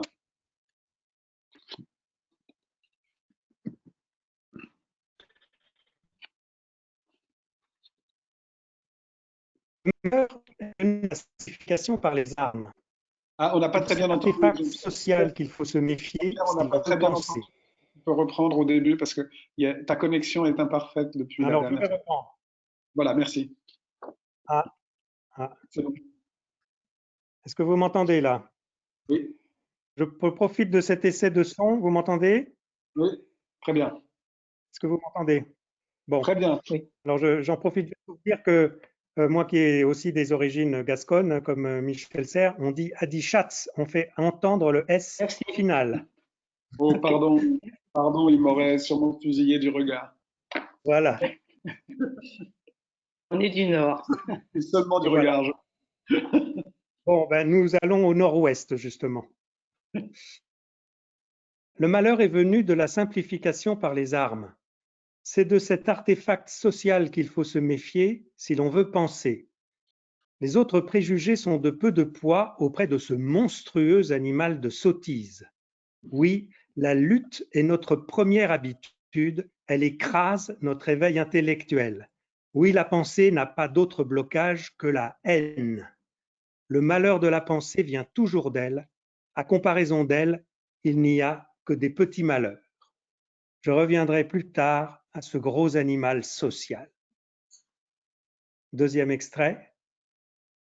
Il ne vaut pas la peine d'entrer jeune en philosophie si on n'a pas l'espoir, le projet ou le rêve de tenter un jour la synthèse. Le moins qu'on puisse essayer en ces lieux est le tour d'un monde ou les 12 travaux d'Héraclès. Au moins cela, quand on paie aussi cher en veille, étude et solitude. Sans doute n'y a-t-il plus, ici et aujourd'hui, que cette aventure à courir dans l'espace tenu par les puissances uniformes pour leur échapper. Que ce risque à prendre pour voir du vent. On peut ne pas aimer le mot synthèse, ni la chose. On peut douter de l'unité, c'est fait. On peut néanmoins essayer de voir grand, de jouir d'une intellection multiple et connexe parfois. Merci infiniment Jean-Pierre. Donc je vais moi-même maintenant vous proposer une rapide lecture de ce passage et d'un deuxième que je vais mettre en résonance, tiré du livre qui vient aussi d'être évoqué, Relire le relier, le dernier livre, donc le dernier livre remis par Michel Serres lui-même à l'éditrice l'année dernière. De fait, mon hypothèse est assez extrême, c'est qu'il n'y a peut-être que deux passages de son œuvre tout entière, il y en a sans doute d'autres, mais je vais un peu durcir le trait, forcer le trait. Il n'y a peut-être que deux passages de son œuvre où Michel Serres en est donné la clé et revendiqué l'unité de son œuvre tout entière. Et dans ces deux passages, le point commun entre ces deux passages, c'est qu'il revendique l'unité de son œuvre contre une autre forme d'unité possible. Il revendique une forme d'unité contre une autre dans ces deux passages à presque 40 ans d'écart et avec une allusion dans le premier cas à la jeunesse, vous venez de l'entendre, et dans le deuxième cas à un bilan, je vous reciterai cette phrase dans un instant. Vous venez d'entendre, en effet, il ne vaut pas la peine d'entrer jeune en philosophie, c'est le passage de 1981 que vous venez d'entendre. L'enjeu de la distinction entre ces deux formes d'unité est très grand parce qu'il ne s'applique pas seulement à l'œuvre de Michel Serres, selon Michel Serres lui-même, mais il s'applique aussi au monde lui-même et à nos relations, à nos vies, selon justement la pensée de Michel Serres. C'est que le monde est comme l'œuvre. Le monde, en tout cas tel que le voit Michel Serres, est comme l'œuvre telle qu'il tente de la construire. Il est à la fois divers et un, mais il faut penser son unité. Vous venez d'entendre l'appel à la synthèse. Il va revenir en 2019 dans le livre qu'il avait remis il y a un an à l'éditrice. Il faut penser cette unité, mais contre une autre forme d'unité. Et l'unité de l'œuvre est donc symétrique de l'unité du monde. Si l'on se trompe sur l'une, on peut se tromper sur l'autre et engendrer la guerre. Si en revanche on respecte l'une, l'unité réelle du monde dans l'autre, c'est-à-dire l'unité réelle de la pensée et de la vie humaine, alors on peut sauver l'une et l'autre. Et d'une certaine façon, c'est ce que nous disent ces deux textes que je vais donc mettre en résonance très rapidement, comme cela d'ailleurs vient d'être fait à travers les deux lectures. L'introduction, d'abord, en 1981, au dernier des 5 recueils célèbres, fondamentaux, publiés par Michel Serres, comme pour clôturer une époque, il ne le savait pas encore tout à fait lui-même, en 1981, la première époque de l'œuvre de Michel Serres, donc pourtant je vais défendre l'unité d'ensemble, cette première époque qui en fait le contemporain des grands structuralistes, depuis sa thèse sur Leibniz jusqu'à donc ces 5 Hermès, nommés, je l'ai déjà dit pour ma part, je n'ai pas eu l'occasion de lui demander si c'était vrai, nommer ces recueils Hermès avec numérotés, un petit peu comme les bateaux d'Éric Tabarly, les Penduic 1, 2, 3, 4, 5, et cet Hermès 5 à qui il est confié une mission de navigation, vous savez que Michel Serres était bien sûr marin, cette mission de navigation qui est de franchir le passage du Nord-Ouest. Le passage du Nord-Ouest, on avait pris ça à l'époque comme une métaphore. C'était ce passage entre les sciences humaines et les sciences dures, entre les continents séparés du savoir humain, qui fonctionnait comme une métaphore, mais qui, aujourd'hui, on le sait bien, est tout à fait réel. Ce passage du Nord-Ouest qui unit le monde, mais d'une manière compliquée. Les navigateurs doivent franchir des obstacles pour relier des continents. Il y a des icebergs. Et aujourd'hui, peut-être qu'il va l'unir d'une manière dévastée, puisque le passage du Nord-Ouest, je l'avais raconté à Michel Serres lors d'une dernière rencontre, il n'avait pas encore appris cette nouvelle. La fonte du passage du Nord-Ouest fait que maintenant, les porte-conteneurs géants de tous les pays vont pouvoir le traverser et achever de le détruire. Il y a donc de nouveau dans l'opposition entre deux manières de passer ce passage, une opposition entre deux façons de penser l'unité du monde et l'unité de l'œuvre. Dans la préface, donc dans l'introduction de ce recueil en 1981, donc, évidemment, l'analyse vaut d'abord pour l'œuvre elle-même. Et comme vous l'avez entendu, il y a une première manière d'unifier le savoir humain. Cette première manière, c'est la manière de l'idéologie. C'est la manière de la synthèse que Michel Serres dira toujours totalitaire. C'est la manière du système. C'est la manière de l'idée simpliste, de l'idée qui simplifie par la violence. C'est la première phrase que Jean-Pierre a lue, qui termine un paragraphe critique, un paragraphe polémique, et Michel Serres avait aussi une forte dimension polémique. Je la rappelle, je la relis moi-même. Le malheur est venu de la simplification par les armes. Et au fond, par les armes, c'est par les concepts aussi devenus des armes qui conduisent à la véritable guerre, une unification forcée. J'en relirai un passage sur le totalitarisme dans le deuxième livre. Cette polémique, au fond, signale quelque chose comme la fin d'une époque aussi, le signe par un acte de rupture, peut-être exagéré d'ailleurs, il faudra y revenir et je crois qu'une des tâches qui nous est léguée, c'est à la fois de comprendre le présent avec Michel Serres, de prolonger son œuvre, mais aussi de la situer dans une histoire et surtout de la lire intégralement. Michel Serres, dans ce texte, est en train de rompre avec une philosophie du langage, une philosophie de la connaissance, une philosophie des sciences dont il pensait que chez certains, elle était devenue simpliste et totalitaire. Et le tournant de 1980-1981, Le Parasite, le premier livre finalement qui assure à Michel Serres une célébrité publique, un essai publié chez Grasset qui lui vaut le passage chez Apostrophe qui a marqué toute une génération dont je fais partie. Ce premier livre, suivi de ce dernier recueil aux éditions de Minuit, dans la collection des grands penseurs du langage et du grand moment structuraliste, vaut rupture. Au fond, Michel Serres est en train de dire votre mode d'unification par le langage, par les mathématiques, celui qu'il a défendu à travers Leibniz et toute son œuvre antérieure, est devenu une forme de violence. Vous méconnaissez la diversité du monde. Il faut maintenant traverser le monde réel et va suivre une vague de livres, ceux qui sont parus plutôt aux éditions du Pommier, qui ont succédé aux éditions de Minuit, finalement, dans les paysages et à d'autres. Il y a une grande dispersion, une grande diversité de contextes, mais je simplifie un petit peu, et qui conduisent vers une deuxième forme d'unité. Quelle est cette deuxième forme d'unité? Michel Serres l'appelle en effet synthèse. Retenons ce mot parce qu'il va revenir, dans le texte de 2019. Je relis les dernières phrases de cette introduction que Jean-Pierre nous a lu aussi. On peut ne pas aimer le mot synthèse, ni la chose, et selon la façon dont on l'a fait finalement. On peut douter de l'unité, reprend Michel Serres, c'est fait, il y a la mauvaise unité. On peut néanmoins essayer de voir grand, de jouir d'une intellection multiple et connexe, parfois. il faut viser la synthèse, mais il faut la construire en respectant la diversité du monde et non pas la plaquer sur lui de l'extérieur. Il faut partir de l'exploration des singularités pour relier, exactement comme Leibniz, dans les modèles mathématiques qu'il a évoqués, ne réduit pas la diversité des individus, bien au contraire, en part. Il faut partir de l'archipel. C'est une image qui revient 2 fois dans cette introduction, l'archipel, dont parle Michel Serres. Je la relis là aussi, un passage entre les 2 passages que nous a lus Jean-Pierre Arbon il y a un instant.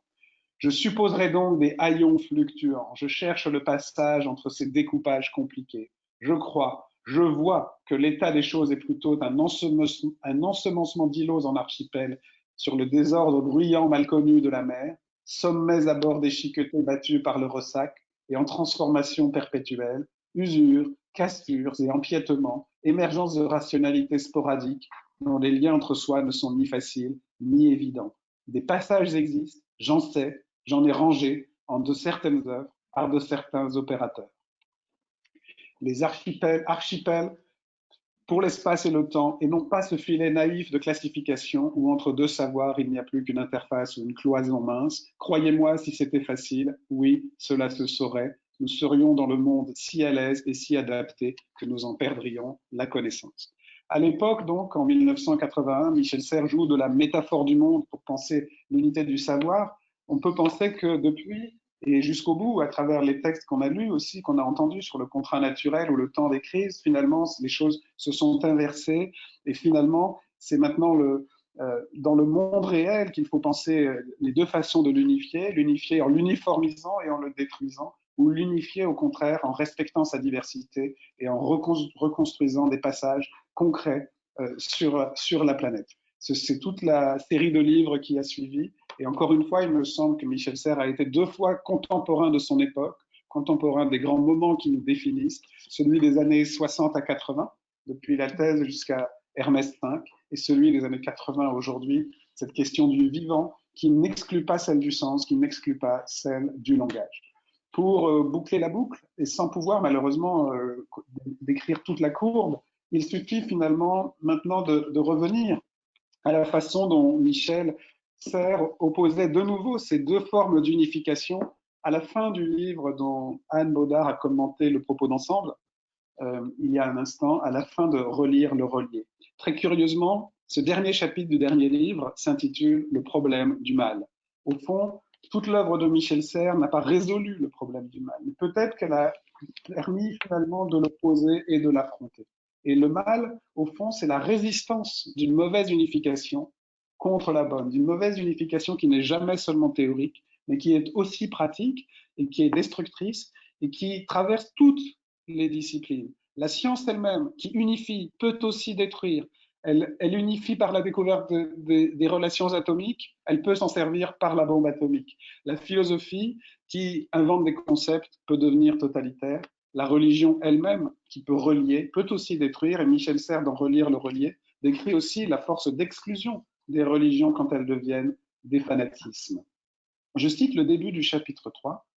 Je n'aurais pas osé commencer un livre sur la religion seulement par inquiétude ou espérance. C'est pourtant déjà pas mal, l'inquiétude ou l'espérance. Mais il y faut aussi la volonté philosophique. Aussi puissamment que m'entraînent ces 2 motivations, continue-t-il, mais aussi parce qu'aveuglément je construisais depuis toujours une philosophie synthétique. Je construisais depuis toujours une philosophie synthétique. Voici le mot de l'œuvre finale qui retrouve l'œuvre de jeunesse et ça me rappelle toujours un mot d'Henri Gouillet sur le dernier livre d'Henri Bergson, qui disait que l'œuvre de la vieillesse est encore une œuvre de jeunesse. Vous vous rappelez, il ne vaut pas la peine d'entrer jeune en philosophie si l'on n'a pas l'espoir, le projet ou le rêve de tenter un jour la synthèse. Et ici, je construisais depuis toujours une philosophie synthétique. Mais encore une fois, la philosophie synthétique ne s'oppose pas seulement au malheur de l'analyse, au malheur du découpage et de la division qui détruit, que Michel Serres décrit d'une manière très forte et très critique, précisément dans un petit alinéa intitulé « Fin de l'âge analytique », je le cite, « découpé, détruit, relié, construit, divisé en éléments, cassé en morceaux, trouver de l'énergie pour faire fondre les mélanges et en séparer les composés, l'extermination des espèces, le changement du climat, la pollution du monde, dérive de nouveau de ce projet de découpage, oui au sens littéral de solution, c'est-à-dire de dissolution, laissant derrière ses exploits un monde en miettes, un océan de déchets. Ce sont les méfaits de l'analyse. Mais ne nous y trompons pas, il y a pire encore. Et la pire encore, c'est le risque des synthèses. Il y a la mauvaise synthèse, nous la retrouvons, et elle n'est plus seulement l'erreur théorique, celle qui conduit pourtant à la guerre et à la bombe atomique, mais aussi celle de ce qu'il appelle l'intégrisme, quand dans la religion elle-même, finalement, la mauvaise synthèse prend le pas sur la bonne, comme la clôture sur l'ouverture. Je cite ce paragraphe, risque des synthèses, l'intégrisme. Comme une totalité ne connaît pas d'extérieur, totalitaire donc en puissance, elle devient vite exclusive et prononce alors des exclusions. Je sais tout, j'ai réponse à tout, j'ai des solutions pour tout, je recouvre tout de ma lumière. Donc n'existe pas ceux qui ne partagent pas cette fonction d'intégration. Non point cette fonction comme telle, pour le moment inconnue, le désir de synthèse commun à tous les humains, mais la déclinaison que tels ou tels ont choisie. D'où les guerres, les crimes et les exactions, si fréquents dans l'histoire des religions et si douloureux encore de nos jours, le mensonge consistant à tuer au nom de la justice, supplicier au nom de la compassion, torturer au nom de la miséricorde. Ainsi, vous voyez l'opposition entre les deux unités. Elle décrit à la fois deux manières de lire l'œuvre de Michel Serres, deux manières de penser la philosophie, deux manières aussi de penser le monde et de l'unifier, et finalement deux manières de penser les relations entre les hommes, dont en effet, comme Anne Baudard l'a rappelé, la religion est le nom. Et jusque dans ces relations intimes, il y a deux manières de nous relier. Dès lors, et je voudrais conclure et aussi ouvrir là-dessus, je crois que ce sont deux tâches évidemment que nous lègue Michel Serres et qu'il faut entreprendre avec d'autres, ceux qui sont là aujourd'hui, vous qui nous écoutez et beaucoup d'autres encore. Nous devons évidemment entreprendre. La première tâche, c'est relire l'œuvre du relecteur lui-même, relire Michel Serres lui-même, la prendre comme une œuvre classique, avec son unité, mais pas n'importe quelle unité. Et je crois que cette unité est souvent contestée pour l'œuvre de Michel Serres. Certains l'ont pris pour un dilettante, éclaté, dispersé. Il y a des principes secrets qui relient cet archipel chaotique. Et je crois que c'est évidemment vrai de toute grande philosophie. Deuxièmement, bien sûr, non seulement relire cette œuvre, mais la continuer d'une autre façon, peut-être chacun à sa manière. Là aussi, je citerai un grand disciple dissident de Bergson qui a dit « Certains disent ce que vous avez dit, d'autres ont fait comme vous avez fait ». Il faut donc continuer ce travail aussi dans le présent, d'une relation contre une autre, d'une unité contre une autre, et nous le voyons bien aussi dans la pandémie où l'ambivalence des relations est revenue. Certains qui veulent profiter de ce rappel pour exclure et opposer, d'autres pour retrouver la solidarité qui nous unit. Ce double travail, cette double continuation, je crois que les deux faces en sont inséparables. Aujourd'hui, nous discutons de Michel Serres, mais nous voulons aussi penser avec lui dans un autre sens. Son œuvre doit être étudiée, éditée, continuée, et en même temps prolongée par un travail scientifique, politique, actif dans tous les domaines de la société et de la pensée. Et je crois que c'est ce que chacun peut essayer de faire, et aussi d'ailleurs, parfois, il l'aurait non seulement compris, mais souhaité en discutant et en construisant en inventant ses propres ressources. C'est là-dessus que je voudrais donc conclure pour ma part, et comme j'ai le redoutable privilège d'être aussi l'animateur sur l'estrade, je voudrais m'arrêter là, et comme je vous l'avais indiqué en ouvrant la séance, au-delà de cette dernière lecture, nous avons prévu maintenant un moment pour vos questions. J'en vois un certain nombre et je vais donc essayer, je ne sais pas si Sophie, qui est aussi organisatrice comme moi, les voit également, mais je vais vous en lire un certain nombre. Alors, je vais, encore une fois, hein, vous nous avez envoyé beaucoup de questions. On répondra à toutes par écrit dans la suite aussi. Je vais essayer d'en passer une ou deux à nos intervenants. Donc, il y a déjà plusieurs d'entre vous qui nous remercient. Certains nous demandent les références précises des textes lus. C'est une excellente question, nous vous les enverrons. Vous avez vu passer les couvertures. Le nombre des participants, il y avait 500 inscrits au départ. Je crois qu'on est un peu moins de 300 en ce moment. Voilà, on ne fait pas d'audimat, mais on vous le dira si cela vous intéresse.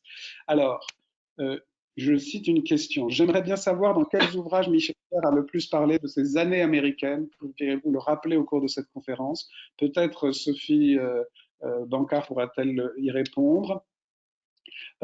Certains nous demandent aussi le nom de Bernadette. C'est Bernadette Binsaude Vincent. Il y a une question aussi sur les parasites.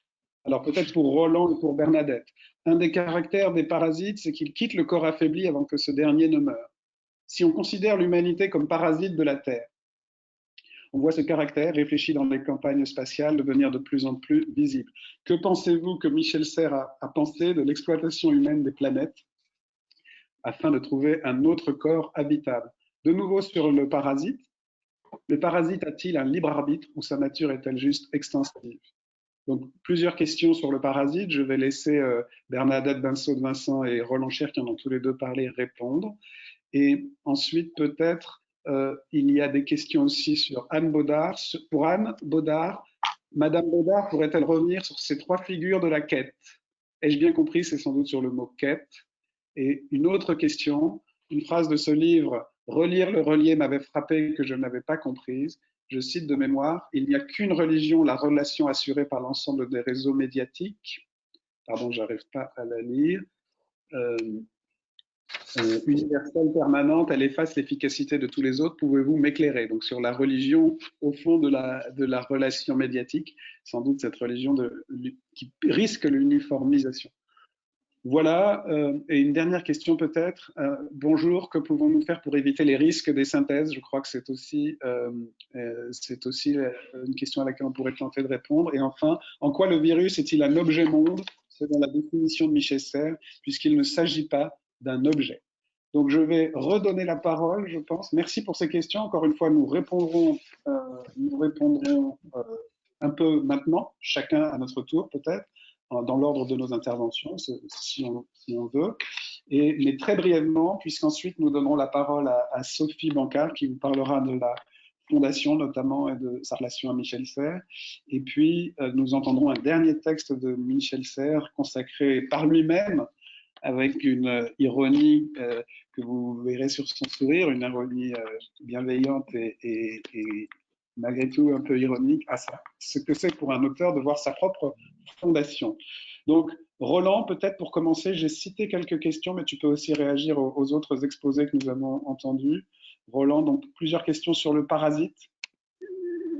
Oui, alors je crois que je vais essayer de ta caméra. Quand j'écris.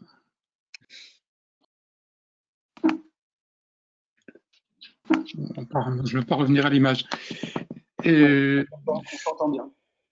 Je crois que d'abord, ce qui a intéressé Michel Serres et ce sur quoi j'ai essayé d'attirer l'attention, c'est sur les situations où la relation de parasitaire peut se transformer, peut basculer en une relation symbiotique. Et le parasite épuise son hôte et l'hôte se défend, ce qui fait que, quand je disais à un moment donné qu'en général l'affaire finit mal, c'est que soit le parasite est éradiqué par les réactions immunitaires, soit c'est l'hôte qui est, à force d'être affaibli, détruit par l'invasion parasitaire, auquel cas le parasite va se réfugié dans un autre hôte, mais d'une certaine façon par définition, et on l'a vu avec le coronavirus, le parasite est dépendant de son hôte en ce sens que le virus, par exemple, ne peut se reproduire, ne peut se multiplier, ne peut proliférer que s'il vient s'installer dans une cellule mobilisée et faire travailler pour lui en quelque sorte le système, le génome de cette cellule. Autrement dit, sans l'installation dans la cellule, il est incapable de se reproduire. L'autre élément sur lequel, mais là je vais relaisser la parole à Bernadette parce qu'elle l'a très bien expliqué, c'est la question de l'objet monde. C'est un concept que Michel Serres avait introduit il y a longtemps, sur lequel il est revenu en 98 dans un petit texte qu'il a prononcé dans une conférence à la Bibliothèque nationale de France, Retour sur le contrat naturel. 8 ans après, donc, le contrat naturel. Après, il y avait eu le sommet de la Terre de Rio, il y avait eu le protocole de Kyoto, et il revenir sur cette idée d'objet-monde. Au fond, l'objet-monde, c'est lorsque un objet devenant monde devient d'une certaine façon sujet, pour dire les choses un peu rapidement. Et cette pensée du global et d'une relation au global qui nous englobe, et je crois à la fois la difficulté et le legs principal. J'ai été frappé dans les 4 interventions qui ont eu aujourd'hui à quel point cette idée de penser le global en reliant était présente dans les 4 interventions, et je pense que c'est effectivement là-dessus que l'héritage de Michel est le plus fécond et là-dessus que nous devons continuer à travailler. Merci beaucoup, Roland. C'est dommage que tu n'aies pas pu revenir sur l'estrade. J'allais dire, je vais inviter Bernadette, mais je me dis qu'au fond, vous pouvez tous revenir comme on ferait dans un colloque réel pour ce moment de conclusion. Bernadette, tu arrives à revenir, à te reconnecter? Ma webcam est partagée déjà, non? Ben, c'est curieux, là, on a un petit problème de vision. Bon, donc, excusez-nous Voilà. pour ça. Ah voilà, Bernadette arrive. Parfait. D'abord, Donc, merci beaucoup merci beaucoup pour ces questions. Sur la question du parasite, aurait-il un libre arbitre? Eh bien, je crois que c'est assez évident que le parasite obéit à sa propre nécessité, qui est inexorable, qui est de circuler jusqu'à ce qu'il trouve un hôte et qu'il puisse persévérer dans son existence à lui. Et je dirais que il faut faire attention là-dessus. Il n'y a aucun anthropomorphisme chez Michel Serres. S'il passe à travers les récits, les fables, c'est pas pour autant qu'il anthropomorphise les objets du monde, les choses du monde. Sa philosophie a effectivement pris le tournant après les Hermès d'une philosophie des choses du monde, et il est à ma connaissance le premier à avoir fait ça. Mais c'est le parasite, c'est à travers des personnages conceptuels comme le parasite. Il y a beaucoup d'autres personnages conceptuels, et donc c'est pour penser précisément les relations d'interdépendance entre les humains et la nature que Michel Serres a forgé ce personnage conceptuel du parasite.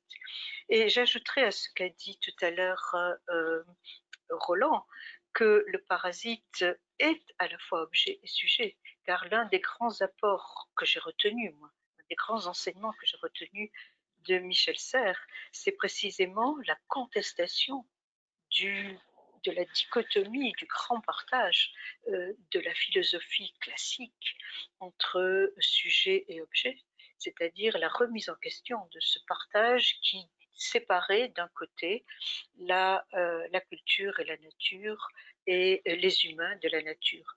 Tout le projet du contrat naturel, c'est précisément de brouiller les limites.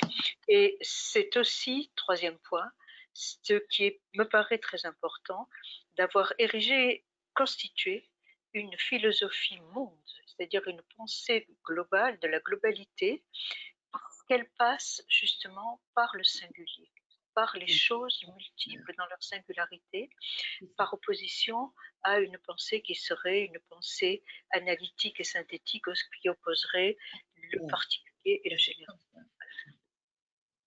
Merci beaucoup Bernadette, avec qui la connexion un peu... Non, ça y est, tu es revenu. Tu peux rester si tu veux pour qu'on fasse comme si on était dans la salle. Anne, est-ce que tu veux nous rejoindre et répondre sur la question de la quête, dans les 3 figures de la quête, dans Relire le relier, et la question qui est posée notamment à ce sujet-là? Oui, alors la quête prend 3 figures. La quête de la source avec un grand S, c'est-à-dire de l'origine et de ses implications, la quête du savoir et la quête du pouvoir, dans Relire le relier. Effectivement, je n'ai pas insisté sur la triplicité de cette quête tout à l'heure parce que j'avais l'œil rivé sur l'horloge. La deuxième question, je ne l'ai pas en tête. Sur les médias, là, qu'est-ce que c'était? Sur la relation? Alors, effectivement, il y a une phrase dans le livre, il y en a même plusieurs, mais je les ai Oui, pas. il y en a plusieurs, oui. Sur le mode de relation qu'instituent les médias, et notamment les nouveaux médias. Et j'imagine qu'on pourrait y retrouver la dualité là aussi. Il y a dans la petite poussette, les médias ne sont pas diabolisés du tout par Michel Serres. Il peut y en avoir un mode créatif, mais il y a aussi un mode. Mais le lien entre relation par les médias et religion, Anne, c'était l'accent de la question. Je ne le ferai pas, moi. Je ne ferai pas ce lien comme ça. Enfin, je veux dire, en 30 secondes, non. Je veux dire, l'optique que j'ai prise, en tout cas, sur l'essence du lien, la relation aux médias est une expression, mais qui n'était pas dans mon champ d'étude et d'analyse à propos du récit mythique des rois mages. Hein. Mais Michel a utilisé les médias et à la fois été critique beaucoup des médias aussi et de leur uniformisme et de une espèce de vox unitaire et justement ne renvoyant pas à la singularité ou à la multivocité de l'événement, etc. Il y a les deux chez Michel. Il y a à la fois la critique assez forte de la médiatisation et à la fois la reconnaissance de l'importance de la médiatisation. Il y a les deux. Il y a manifestement quelque chose de l'ordre de l'ambivalence qu'il faudrait creuser et plus qu'en fin de séance, me semble-t-il. Je remercie la personne qui a posé les questions, les deux questions. Merci beaucoup. Il y a plusieurs questions encore et on les fera passer. J'en cite une qui me frappe aussi. On n'aura pas le temps d'y répondre beaucoup, mais c'est donc un d'entre vous qui cite d'abord Michel Serres. J'ouvre les guillemets comme lui. Jusqu'à aujourd'hui, en effet, l'humanisme n'eut jamais lieu parce que l'homme universel qu'il évoquait n'existait pas. Michel Serres, 2009, Récit d'humanisme, Le Pommier, page 36. Merci de la précision. C'est que poursuivre par une question. Si l'hominescence a donné naissance à un nouvel humain, comment peut-on, à la lumière des textes de Michel Serres, co-construire un humanisme nouveau? C'est une magnifique question. Oui. Je peux glisser une réponse pour ma part. Je dirais qu'il ne faut pas forcément abandonner l'humanisme de l'universel, mais il peut conduire à des dégâts. Et en tout cas, il n'existe pas justement en tant que tel, puisque l'humain concret, comme vous le dites, ne s'y réduit pas, disons. Et donc, je crois qu'en effet, il faudrait le compléter avec ces autres figures de l'humain que nous avons essayé de vous proposer. C'est aussi une très belle question, le lien entre l'hominescence et les récits d'humanisme. On retrouve d'ailleurs la question du récit que vous avez situé l'une et l'autre. Je pense que le temps passe et que nous tenons à peu près, donc on va essayer de continuer sur ce régime. Je vais donc repasser la parole maintenant à Sophie Bancard, que vous avez vu, qui nous a accueillis tout à l'heure, qui a accueilli tout le monde au départ. Voilà, Sophie vient de se reconnecter. Nous allons lui laisser la parole et l'image, si vous êtes d'accord. Et Sophie va donc non pas conclure, mais puisque nous aurons encore une dernière lecture par Jean-Pierre Arbon dans un instant. Mais Sophie va donc nous parler de la fondation, des deux derniers livres aussi, du dernier livre, les deux livres qui viennent de paraître, le de Michel Serres et le livre Hommage à Michel Serres, ainsi que de la fondation. Sophie, que nous remercions tous beaucoup, évidemment, tous ceux qui lisent et discutent avec Michel Serres ont une dette envers Sophie Bancard. À qui je passe la parole. Merci beaucoup, Frédéric. Merci à tous. D'abord, je suis très émue d'être avec vous tous aujourd'hui. Cette année, depuis le départ de Michel, a été bien remplie. Évidemment, il y a eu Relire le relier qui était tellement extraordinaire. Michel a tellement voulu publier ce livre et jusqu'au dernier jour, il a travaillé pour pouvoir le terminer. Et voilà, on a pu le publier très rapidement comme il le souhaitait. Aujourd'hui, donc, deux nouveaux livres. Vous voyez la couverture de Hommage à 50 voix et donc je vous parlerai après de Adi Schatz. Alors pour Hommage à 50 voix, pour célébrer Michel, j'ai souhaité réunir les personnes qui l'ont accompagné, famille, amis, collègues ou admirateurs. Ils viennent de partout, comme vous aujourd'hui. Il y a des gens qui viennent du Japon, d'Amérique du Sud, des États-Unis, d'Europe évidemment. Chacun à sa façon a partagé dans ce livre un souvenir, un hommage ou une lecture. Michel a parcouru de nombreux chemins. Il disait toujours qu'un philosophe se doit de faire les 3 tours du monde, le tour du monde géographique, mais aussi celui des gens et des savoirs. Évidemment, il les a parcourus. Et c'était un homme de diversité. Il a même utilisé ce mot qui a été repris par certains de diversalité dans ses intérêts, dans ses compétences et dans ses rencontres. J'ai eu la chance de l'accompagner pendant 33 ans. C'est merveille. Tous les matins, ou presque, il m'appelait en me disant « Quoi de neuf ?» Et j'étais bien embêtée pour répondre. J'ai travaillé avec lui sur son œuvre, mais aussi sur des conférences, des voyages. Voilà, on a partagé des amitiés. Et à sa mort, j'ai découvert, en fait, qu'il était encore beaucoup plus généreux que je ne l'avais imaginé. Sa générosité était immense. Il avait des liens avec tant de gens différents. Le livre permet de retrouver quelques-unes de ces facettes de cet homme extraordinaire. Et pour mieux se souvenir de lui, j'ai réuni une trentaine de photos de façon chronologique qui permettent de le voir évoluer tout au long de sa vie. Voilà pour le premier livre. Le second, Adi Schatz. Alors, pardon. Bravo, tu maîtrises parfaitement l'outil maintenant, Sophie. Je veux dire pour ceux qui nous écoutent que tout ça est un apprentissage en ligne et sur le tas, comme il aurait beaucoup aimé. Mais pour mieux connaître Michel Serres, il faut donc surtout lire Adi Schatz. Il avait écrit une première version de ce livre en 2001. Il me l'avait fait lire, mais m'avait dit « Tu le publieras après ma mort ». Il l'a repris en 2015, puis en 2018, mais toujours il me disait « plus tard ». Avant sa disparition, il était tellement plongé dans le vrai dernier livre, c'est-à-dire Relire le relier, qu'il m'a dit à nouveau « plus tard ». Alors voilà, 1 an plus tard. Voici donc ce beau livre un peu nostalgique par lequel il avait choisi de nous dire au revoir, adieu, c'est-à-dire Adi Schatz. Alors j'en profite pour remercier beaucoup Roland Cher et Patrick Redel qui m'ont beaucoup aidé dans la mise au point de ce manuscrit qui n'était pas si facile. Michel Serres y révèle à quel point il lui a été difficile de quitter Agen, comme de ne pas le quitter. Il y est d'ailleurs revenu fidèlement. Souvenir de la drague, métier de son père, ferme dans lequel il a vécu, Garonne, son fleuve chéri, paysages, Jean, son frère notamment, de très belles pages et très émouvantes. Il y dresse aussi un portrait de son enseignement idéal, du rôle du savoir et de l'encyclopédie, et de la langue qu'il affectionnait tant et qu'il a tant travaillé. Mais essentiellement, ce livre est une réflexion sur le temps, sur les temps, puisqu'il y en avait plusieurs pour lui.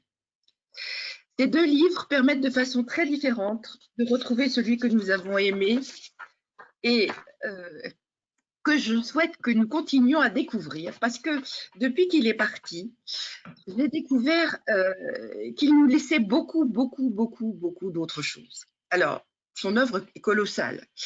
Il a déjà publié 80 ouvrages, ce qui est quand même beaucoup pour un seul homme.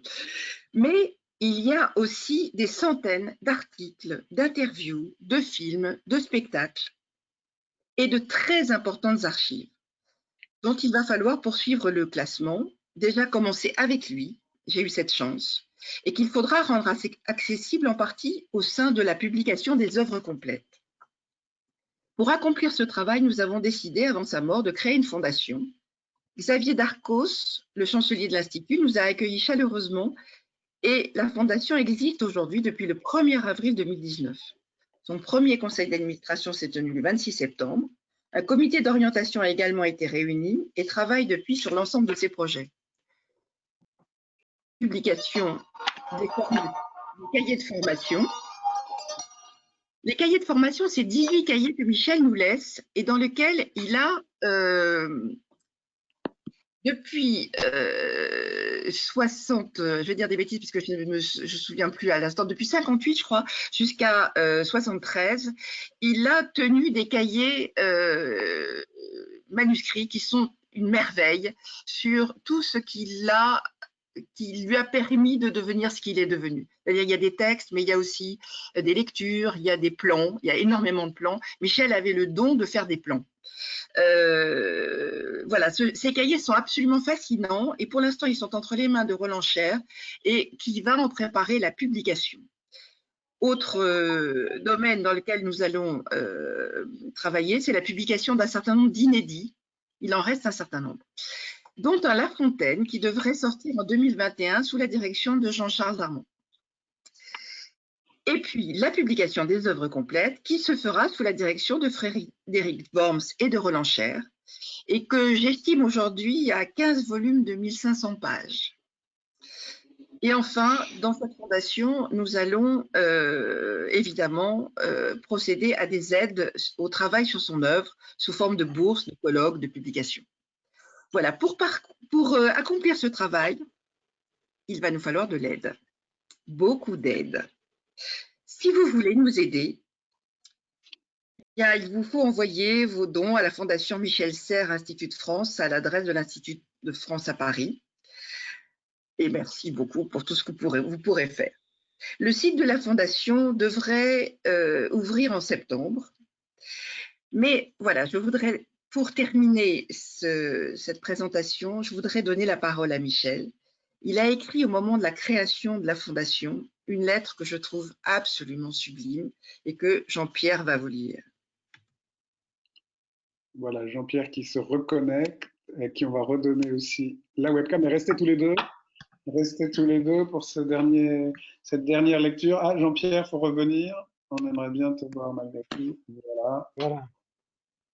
Est-ce que Sophie, tu peux agrandir un peu le texte pour que nos... Non, je ne peux pas. On ne peut pas l'agrandir. Penchez-vous sur vos écrans ou agrandissez sur vos écrans. C'est hyper petit. Hein. C'est quand même... Alors, Jean-Pierre va nous lire ce texte. Puisqu'elle concerne à la fois son travail et la fin de sa vie, une fondation de cet ordre bouleverse forcément celui qui s'en trouve l'objet. Il lui faut cependant résister avec courage à cette émotion pour regarder en face, j'allais dire pour bénir les buts de ce projet. Puisqu'il se propose de construire une totalité, une sorte de monde, un travail de philosophe n'est jamais achevé. Même si j'ai tenté toute ma vie de faire feu de tout bois, des sciences aux religions et des arts à la morale, je quitterai ce chantier sans avoir parachevé le bâti de cette maison. Je rêve que des successeurs de talent prennent ma relève pour magnifier ce que je n'aurais pas terminé. Cette fondation tente de réaliser ce rêve. En essayant de maîtriser l'émotion de mon commencement, je suis infiniment reconnaissant à ceux et celles qui voudront bien relever le fardeau. Merci infiniment Jean-Pierre, merci Sophie. Vous aurez noté relever le fardeau, parfois on dit relever le flambeau. Au fond, il y a un peu les deux, mais on ne va pas commenter ce texte. Je crois qu'on voulait vraiment terminer sur lui.